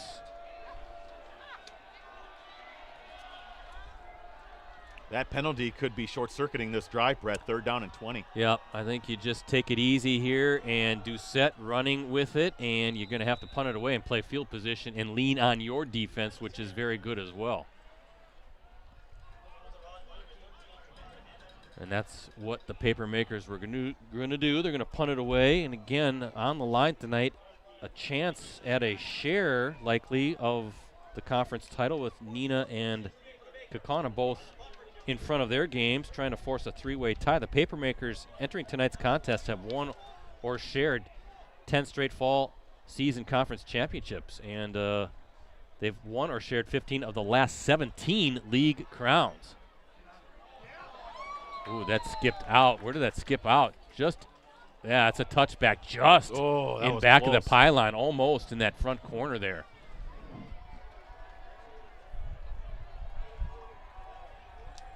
.802 left here in the 3rd quarter. Kimberly leading 7-3.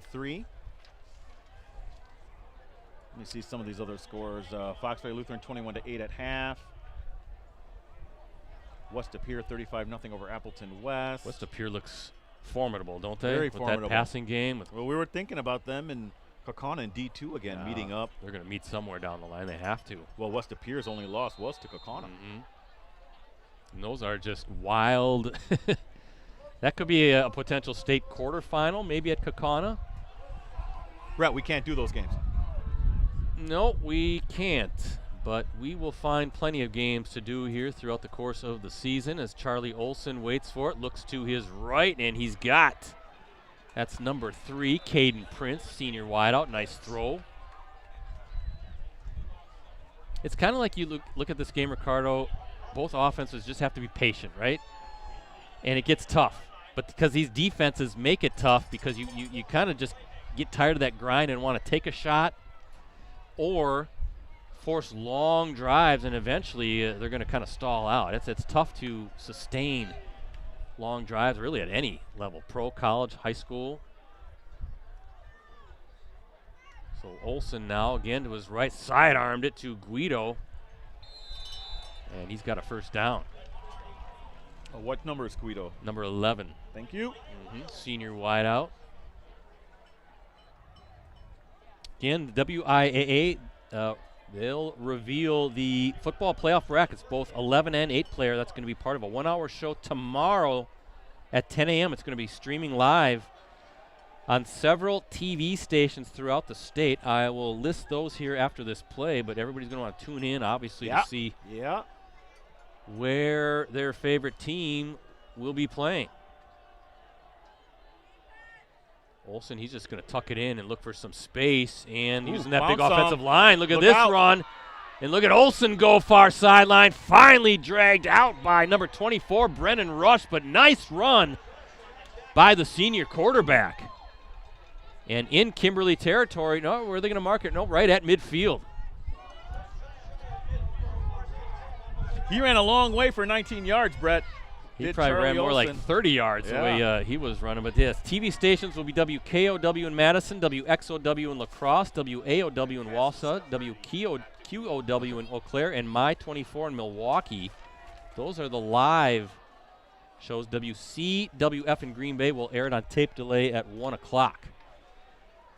But the WIA will also unveil or post the brackets on its website after the live show. Bobby saw him far side running into Braden Ellefson.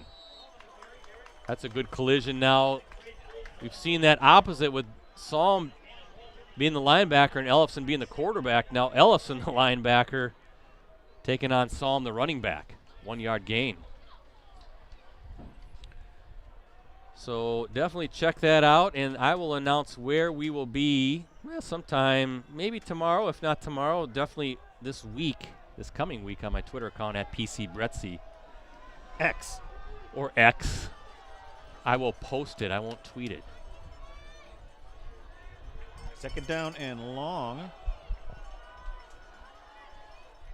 for Appleton North. Brett, I feel like this is a big drive for the Lightning. Yeah, and so far so good. Now what do we have here? Delay of game. Did they take a little? Oh, they boy, did. you Take just too can't long. do that. No. That's you were saying a big drive. Now you're behind the sticks. Second and 14 coming up. Brett, Trent K, he's following along on YouTube. He's saying, hey, I'm new to Kimberly School District as of October 1st. I'm watching the game from Memphis. There we go. Thanks for the broadcast, cheering for my nephew, Maddox Hermes. Yeah, Maddox Hermes, we understand, goes by the nickname Diesel. Diesel. That's what we were told. Word on the street. Now Olsen after the penalty, and he's going to keep it. And brought down, guess who? Sawyer Hanlon, one of your elite 11s. 6'3", 250 pounds, senior defensive lineman. And still behind the six now, Ricardo. So that penalty, that delay of game, costly. Yes. Third and long coming up.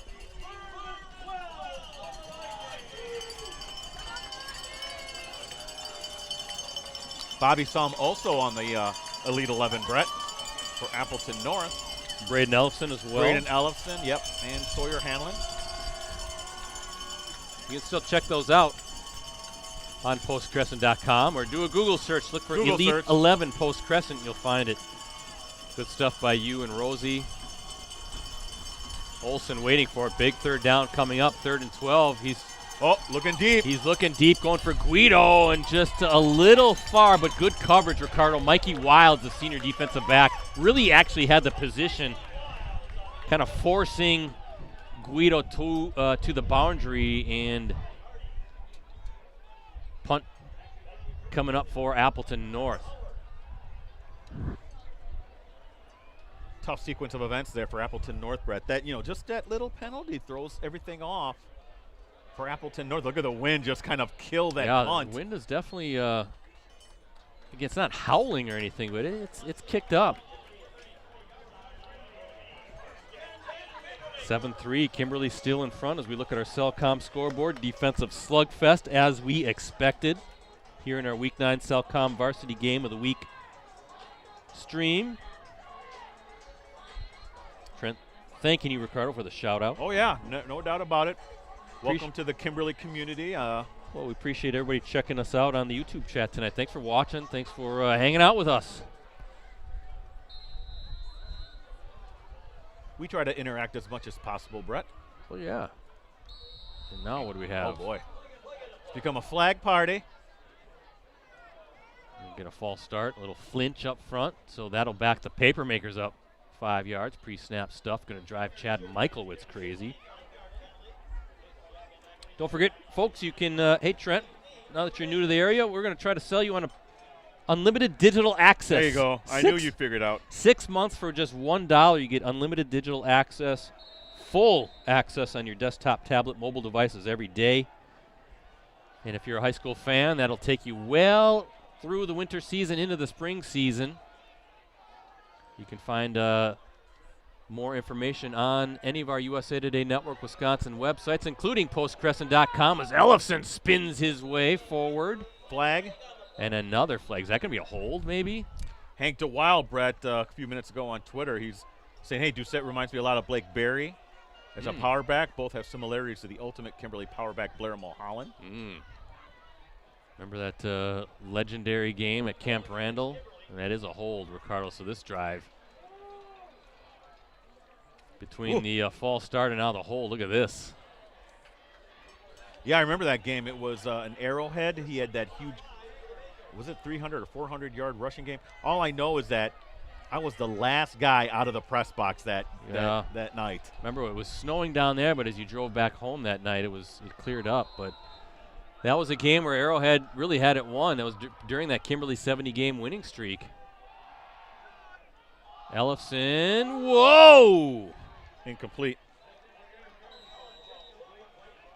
Didn't see if that was either number 8, Vizina, or number 13, Jabari Hammond, but both doing a good job closing out. That's a dangerous pass because It you're is. throwing that from the opposite hash.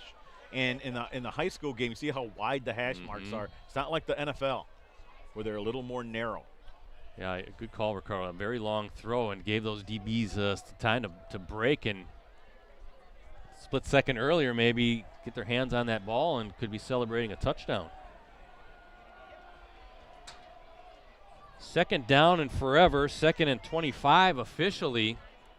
As Ellefson waits for it, it's going to hand off to Doucette, looking for some running room. Boy, good job bottling up Doucette. Whole bunch of white jerseys there, wrapping up number 25. Third down, and I guess if you're Kimberly, Ricardo, you just got to be very careful here and trust your defense. You got the wind at your back, too, for a punt. Another 5-yard carry for Doucette, Brett. He's 9 carries, 63 yards. Yeah, and here, it looks like they're just going to do the Wildcat just to put themselves in punting situation here. You don't want to turn over or anything like that here. Let your defense do its job.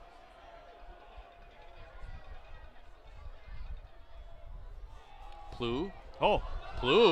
Still on the run. Look at this. He got it. Are you kidding me? I stand corrected. Maybe that's the perfect play. I was thinking they're just conservative. They're just going to, get some more yardage for a possible punt. Nope. Well, credit Plu, Ricardo, for reading what his lanes were, right? Some good blocking up front. He just kind of glided through the middle of that defense, the middle of that field. I thought, like you, it was going to be a conservative call and punt it away, and instead it's a big Kimberly first down here in the third quarter. You know Psalm's got to be kicking himself here. Can't have defensive letdowns like that.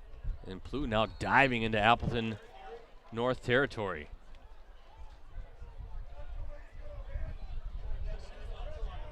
Seven carries, 35 yards for Plu. Woo! I don't think I've ever seen that, Brett. 3rd and 20 and 22-yard run play.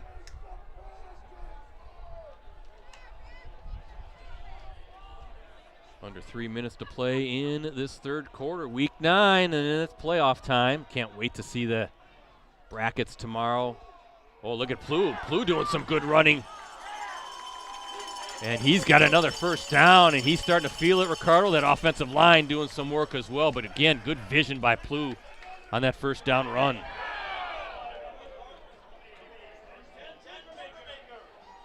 House of Stark is at 8:05 saying, watching from Bama, y'all doing a good job calling the game. Thank you. Where are you watching from Alabama? I was in Alabama once a few years ago. Orange Beach,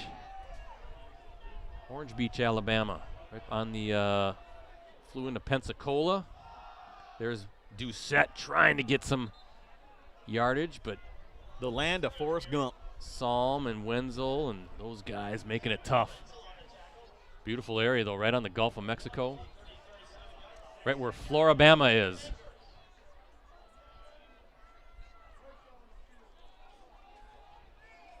That's fun. Fun looking at the chat, Ricardo, and hanging out with everybody. We're going to have a lot of fun in the postseason, Yeah. tell you that, gentlemen.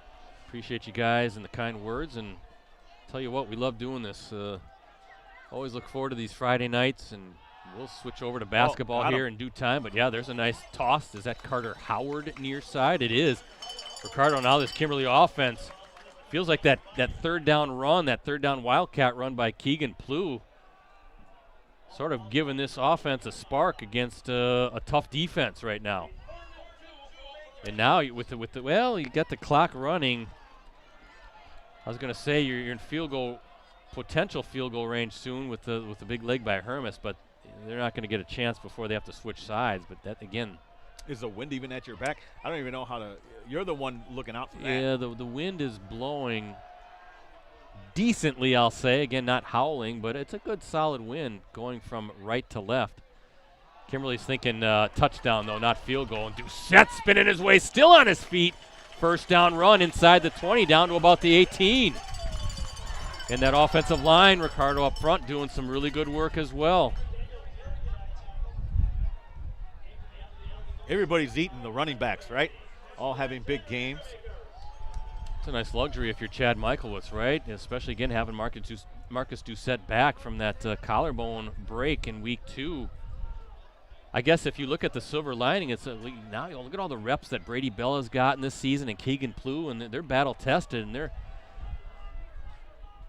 been doing some good work. And now you add a Doucette who's got fresh legs. That's a three-headed monster. And then Ellefson, of course, he can tuck it in and run as well, and that's going to be the end of the third quarter.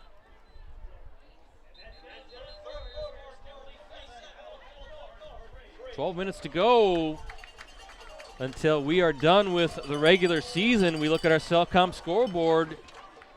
Looks just the same as it did at halftime. Kimberly 7, Appleton North 3.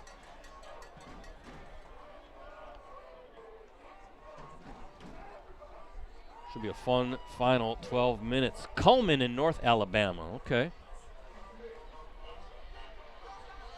My name's Forrest Gump. People call me Forrest Gump. Was he in Alabama? Yep. Is that where he was from? Yeah. And you know who else from Alabama? I think Bo Jackson, right? Bessemer. Well, he played at Auburn. Yeah. Remember that whole story is because the Alabama coaches came down and said, "You're a great running back in high school, but, we got a couple guys in front of you." Ah, Bo was like, "All right, I'll go to Auburn and start," and terrorize you. Yeah, Yeah. the rest of the Southeastern Conference there. Yeah, that's I'd call that a screw up. Yeah. Not just that, he was a great baseball player for the Tigers. Could have been a Hall of Famer. Oh, yeah. in both Best sports. athlete I ever saw, no doubt. Sometimes you'll see some clips of Bo Jackson on like Twitter making these insane throws from the outfield when he played for the Royals. Very true. Just a cannon for an arm. Here we go. Ellefson hands off to Doucette. And that line trying to push that scrum a little bit more forward. Pushing up to the 12? Third down, and a big third down here coming up, Ricardo. 12, okay. 3rd and 5. Ball going to be what, at the 11? 12, they'll say. Winneconne 28, Seymour 7. 4:17 left in the third quarter, Brett. So the Wolves. Wolves are going to win it all Wow. in the Bay. How about the Wolves? Boy, I know you love their quarterback. Oh, Brett, he's a special athlete. I'm telling you that right now. Wapaka up 27-3 over Xavier, Brett. They just had a Wow. big defensive return for a touchdown, a fumble return. What is going on? With the Hawks. But I know, was it Schaefer, Brody Schaefer at Winneconne? Yes. He's on your short list of Top players. Post-Crescent Player of the Year candidates. And I see Chad Michaelwitz running to the official, now walking on the field here. Hey, House of Stark says, yep, Bo Jackson and Charles Barkley. How could we forget? Yeah, the round mound of rebound, Sir Charles, the Chuckster.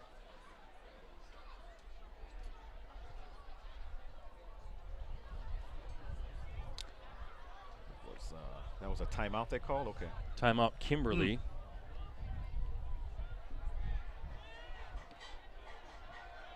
Yeah, I'm at a loss when I'm thinking of Xavier. But by the way, Freedom leading Lux Casco 20-14. But yeah, that's if you would have asked me what's the biggest surprise, that would be it. Not that Winneconne's undefeated, because that was a 7-win team last year, Brett. They made the playoffs. But that Xavier would really kind of stumble over itself there. I mean, they should still make the playoffs, but they're going to have to be one of those 3 and 4 teams that gets in. They'll be an 8th seed for sure. Wow. And they were the heavy pick to win the Bay. 3rd and 5 for Ellefson and company. Ellefson, watch out. Look out. Oh, boy. How did he do that? How did he do that is right. Skorstad, though, kind of blew that up. But now you're going to have to bring in your field goal team, right? Yeah. And make this a 7-point game. Good job by Skorstad, though. He kind of shot that gap. Somehow Ellefson was able to spin his way out of that initial trouble, but the swarming North defense getting the stop. No gain. Well, here's Hermes. Diesel. Hermes, yep. This will be a 29-yard attempt for Hermes. He's 1 of 2 tonight. Of course, that one right at the end of the half, that was a long kick into the wind. But he has made a 27-yarder so far. So 29-yard attempt coming up here. Oh, is that in? That's and he gets it through. Okay. Kind of waiting for that official. You not tell, but a 29-yard attempt is good for Hermes. Update my Twitter. You can follow me at Ricardo DeLeon, DELIAN. Brett's at PC Brett. See, Rosie's at Metal Rosie. Check that. I misspoke. Skorstad had the 27-yard field goal earlier in the game for Appleton North. Yes. 29-yard field goal for Kimberly's Hermes. Getting my kickers mixed up. Sorry about that. Both really good legs. That's North's only points of the game with 3:18 to play in the first quarter. A 27-yard field goal by Mason Skorstad. Then the 8-yard touchdown run for Marcus Doucette for Kimberly. That was with 11:07 to play in the second quarter. That came off of the dunk pick. And now we see Maddox Hermes, Diesel, right? The 29-yard field goal with 10:15 to play here in the fourth quarter. 10-3 the lead for Kimberly as we look at our Cellcom scoreboard. Boy, everything is just drag it out with Appleton North, isn't it? Their defense is so good that, you see electrifying teams like Kimberly and Kaukauna. Brett, and Nina as well. You got to struggle to get yards against this team. Hank DeWild said, as someone who goes to almost every live Tecmo Super Bowl tournament in the There you nation, go. I approve of any Bo Jackson talk. Yeah. Yeah, he was unstoppable with the Raiders. I always liked Tecmo Bowl when it came out and had all the teams on. That's Super Tecmo Bowl. Super the original Tecmo. Tecmo Bowl only had like 8 teams. Yeah. For all the young kids watching, that was on the Nintendo Entertainment That's when they System. only had 2 buttons on hand control. Guido, nice tackle there by number 39, Chris Tao, the sophomore defensive back. Yeah, when Super Tecmo Bowl came out, hey, the Packers are on it. Look at this, I can play. I think Don Mikowski was a quarterback. Brent Fullwood, the running back. By the way, that reminds me, folks, that be sure to check out Monday's Clubhouse Live, our Yes. Packer show, where Sean Gary will be our special guest. Very nice, Brett. Good job transitioning into that. Well, the Magic Man's going to be on in a couple weeks after that, actually. Mikowski is going to be on our show November 4th. Looking forward to seeing the Magic Man. Over the line. He was not. You guys have made your peace with that. Olsen waiting for it. Ooh, look at that. Oh, nice play. Very nice play. He suckered that defense in and threw one to Caden Prince. Looked like he was just going to keep it and run. And threw a nice ball to Prince. But that's Monday's Clubhouse Live at 6:30 at the Fox Club, Neuroscience Group Field at Fox City Stadium in Grand Chute. That's home of the Wisconsin Timber Rattlers, also home to Clubhouse Live. Free admission, free parking, food and beverage are available for purchase. Every person who attends Monday's show, by the way, gets 1 free voucher for a bleacher seat April or May Timber Rattlers game at Fox City Stadium. That's next season. Everybody who attends, that's a great giveaway. Even me? Even you, Ricardo. Yes.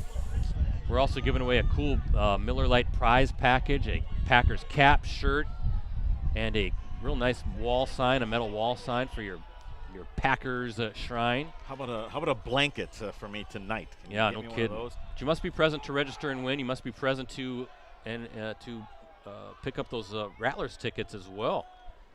Gates open at 5 o'clock. If you can't make it to a show in person, you can watch it on any of our websites, Facebook pages, and our USA Today Network Wisconsin YouTube channel. But we'd love to have you check out a show. I think you'll have a lot of fun. Rashawn Gary, a great guest, one of our semi-regular guests this season. We had a great show this past Monday with Evan Williams, the sensational rookie safety. Great kid. Very, very, very well spoken. He was even doing a little signing after the show, Ricardo. So definitely check it out. Hope to see you there. Appleton North hoping to pick up this big third down. Clock running here, under 8.5 to play.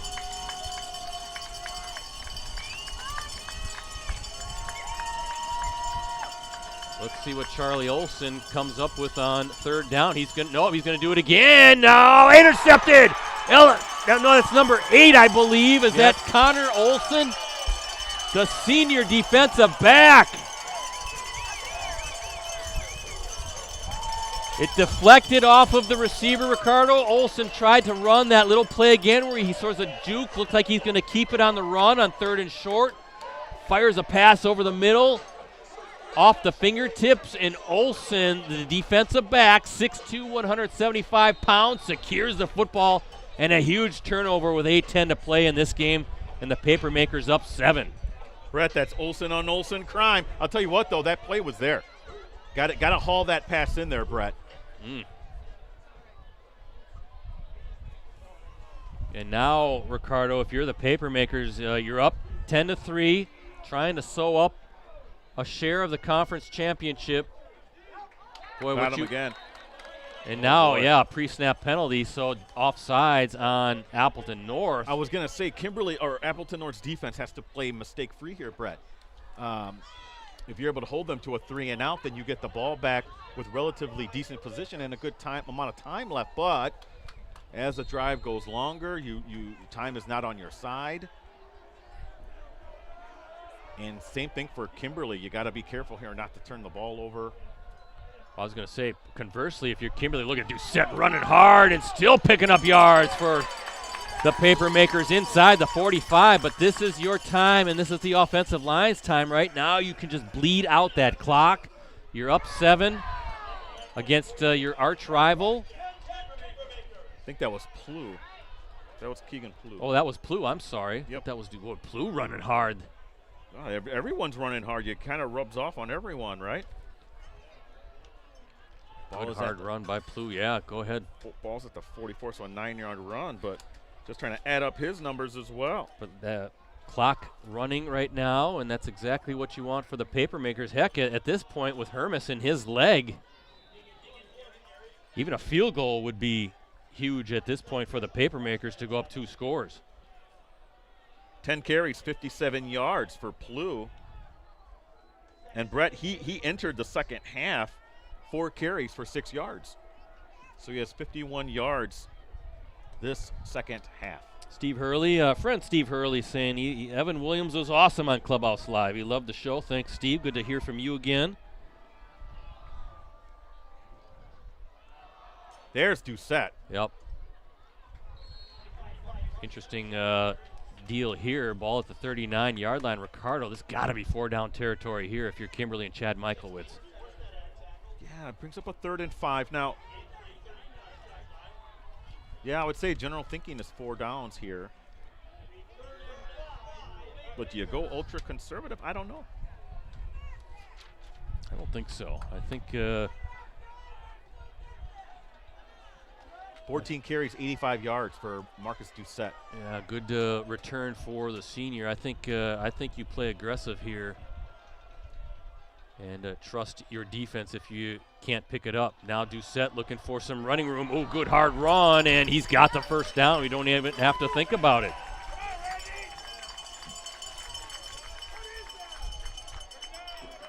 Kimberly's record dating back to the 2013 season, now 140-9. It's a 940 winning percentage. Of course, that includes that state record 70-game winning streak. Kimberly has advanced to the state semifinals. 12 of its past 16 playoff appearances. Papermaker's 8 state titles and 10 championship game appearances. As we start thinking about playoffs and all that good stuff, there's Plu. Ooh. Oh, how did he get away from that? He got hit in the backfield.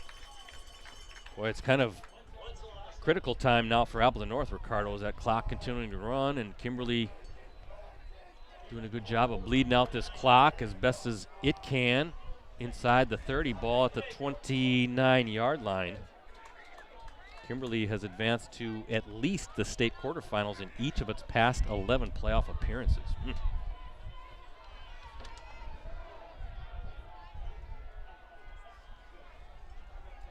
Second down and 6. That clock is starting to become the enemy now of Appleton Sure North. is. Below 5 minutes. There's a handoff. That's Plu again, and it's Wenzel bringing him down, and here comes another big third down. Remember, the wind, a field goal attempt if the Papermakers are stopped short. Wind is going to be in their faces. Looking at the flag on the north end of the field. Blowing decently. But what do you have here, Ricardo? On third and 6 from the 29-yard line? 6, yeah. Doucette, nope, play fake. Ellefson, he's going to take a shot downfield, looking for his receiver. No. No penalty. Kimberly faithful want a flag, but I don't see one.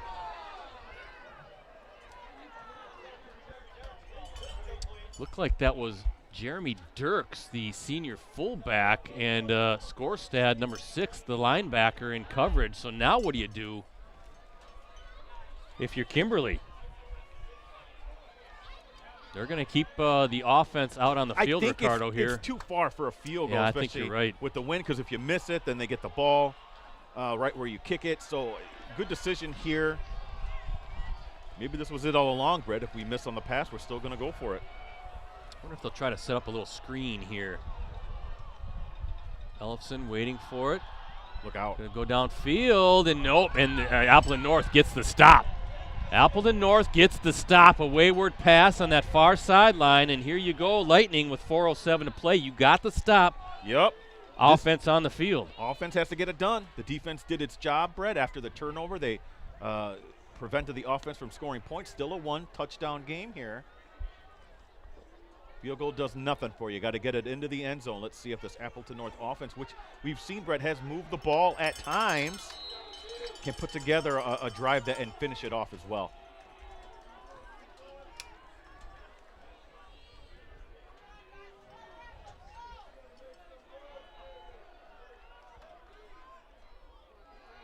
Olsen slings it. Oh, look out. Wow. Look out is right.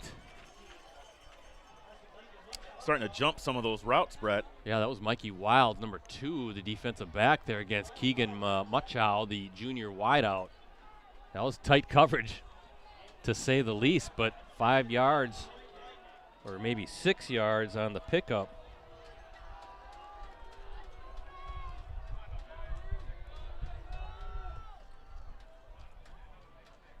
Olsen, he's going to keep it this time. And he's got the first down run. Good hard run by the quarterback. They'll mark it right at the 40, 6 yards. Brett, Winneconne up 35-13 now over Seymour with just starting the fourth, or I should say midway through the fourth quarter. Wolves, the class of the Bay. Boy, oh boy. Wolves might make a run. Of course, that's going to be an interesting Division 4, Ricardo. It is.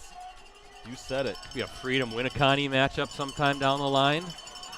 Oh, there was movement on the offensive line.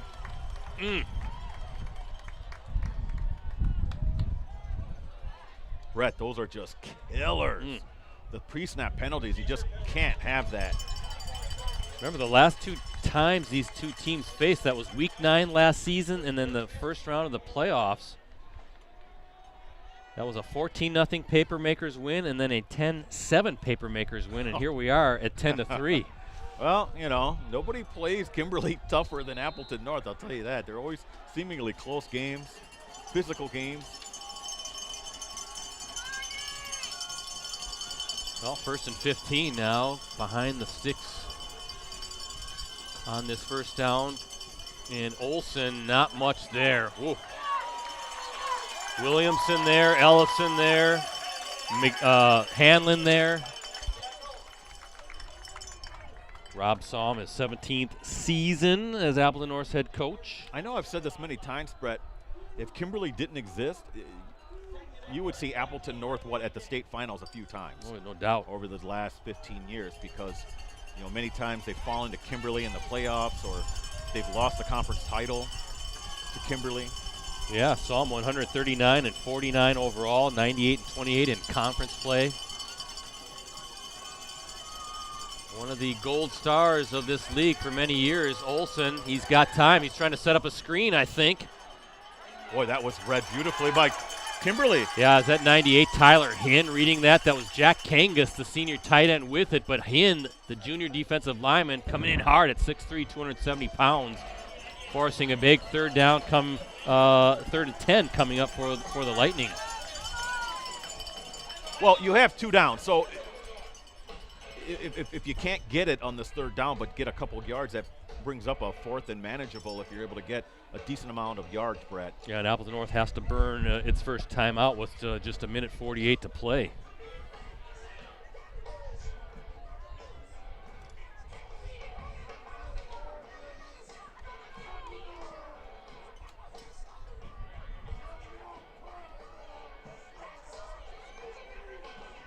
JJ on the chat. Ricardo saying Marquette beating Mukwonago 34-28. Oh, Marquette's good. Marquette won the title last year, Brett. I don't know if that's a final, if that's just a current score. Remember, we saw them against Kimberly in that state semifinal, and that was an extremely close game. It went right down to the 4th quarter. Is that 14-7, I want to say? Yeah, the Hilltoppers. That's how close Kimberly was last year to winning it all, because Marquette went up and they pretty much had their way. Was it Franklin they beat in the final? Yeah, right. That was a great Marquette team. I know we came away impressed, Brett. I know Franklin's rolling over some teams, but the Southeast isn't the Classic 8, nor is it the FEA. Oh, not at all. Olsen here. Look Hanlon out. coming in hard. Hanlon almost with the sack. And Olsen had to throw it away.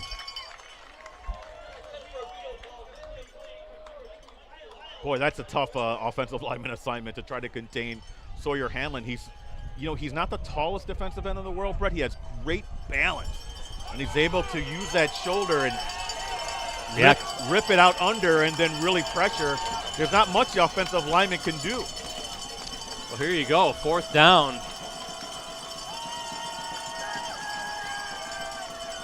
A chance for this Kimberly defense to clinch a share of the Fox Valley Association Championship.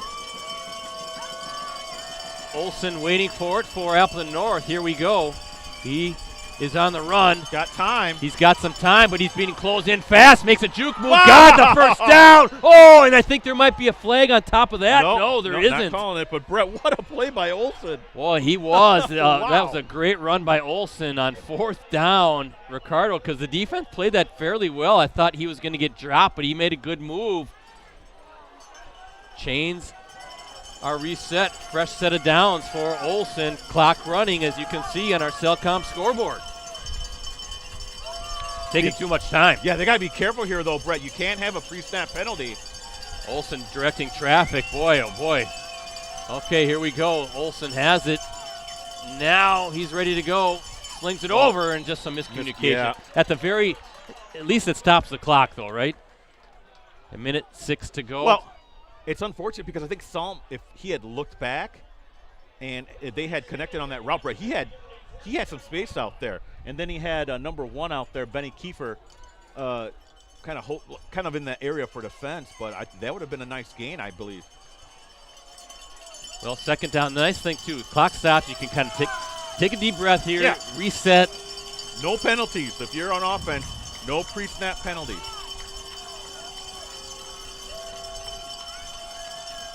Olsen looking to his right, fires across, and again, miscommunication. Yeah. He's looking at Caden Prince that time, and just a little off on these last 2 throws as far as communication and connection. So 3rd and 10 now coming up.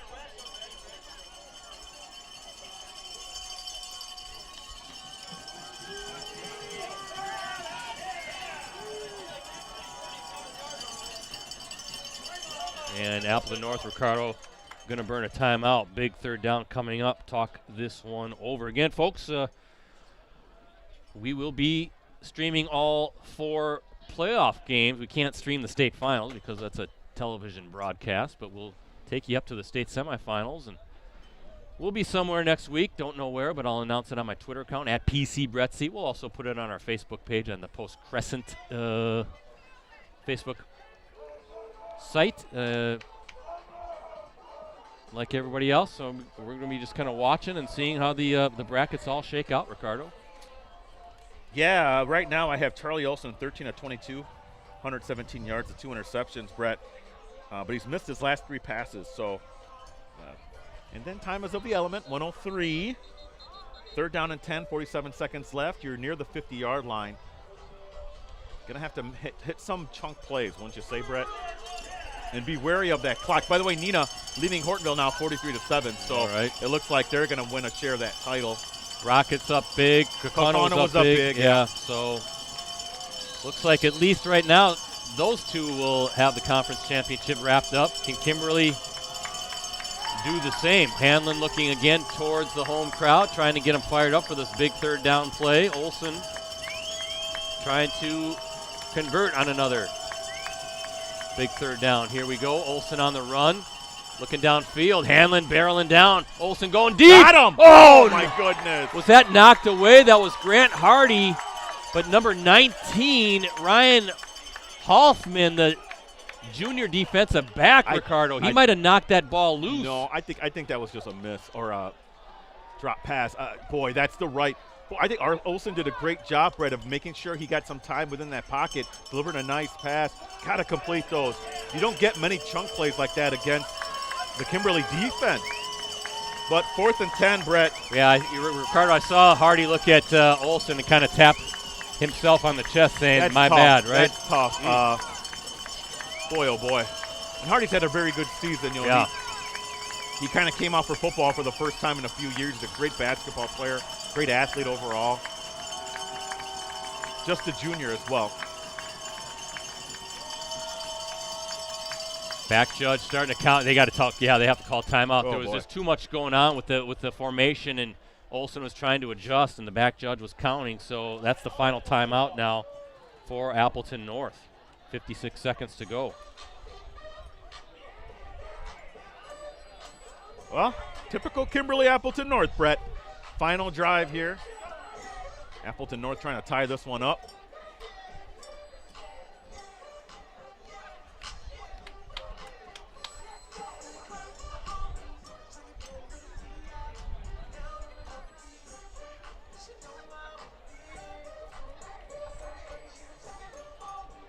Thank you all for joining us.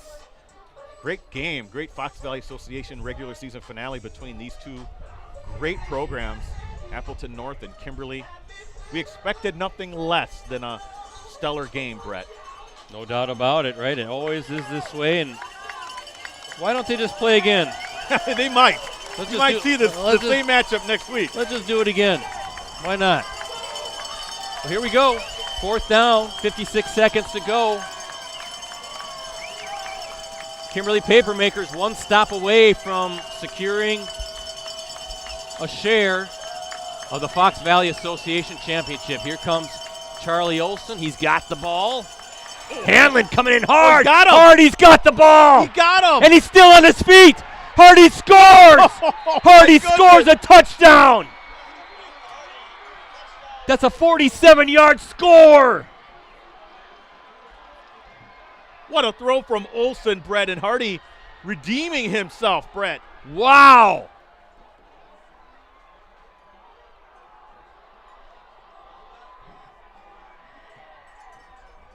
And Ricardo, do you go for 2? I would. I would do that. If I'm Appleton North, I'm going for 2. What a play And right now, Appleton North's offense is on the field. 2-point conversion try. Can Appleton North pull this thing off? Or will Kimberly hold on to win the conference championship? Olsen. He's got it. What's going on here? Olsen still. And it's knocked away. Oh, wow. That was a forever play, Ricardo. Olsen, I kept waiting for him to throw it. You can see the Papermaker celebrating. And somehow Kimberly holds on to win this game. Well, hold on. I shouldn't say that. There's still the onside kick coming. Yeah, it's true.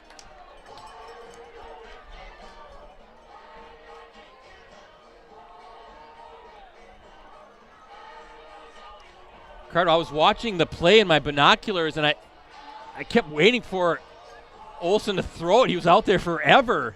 And then there was just traffic all throughout that end zone. Credit the Kimberly defense, though. Olsen didn't have really anywhere to throw it. Wow. So the onside kick is still to come here. North trying to get a big old bounce off this turf, and keep in mind they're with the win and they've got a big leg in Skorstad, so if they can secure this with 47 seconds to go. I know there's going to be folks who are thinking, why did you go for it? Why didn't you just kick? To me, he made the right decision. I agree. You go for two. You're on the road. Take them out. Oh, nice. Oh, gee, you look like a shortstop out did. there. That was Landon Van Offeren. More like playing third base, the hot corner. Yeah. Van Offeren scoops it up. And that is going to secure this game and this win. Wow, what a sequence of events here at the end of this game. Man, no one's going to want to play Appleton North. Oh. They're going to be, folks, they're going to be a 7th or 8th seed. No one wants to play this team. That defense is good enough to keep any game that they're in, keep it close. Well, and they got playmakers offensively, too, that you saw that quick strike there between Olsen and Hardy. Well, what a game between these two great programs again. And Ellefson just takes a knee. Appleton North can't stop it. Wow, what a game.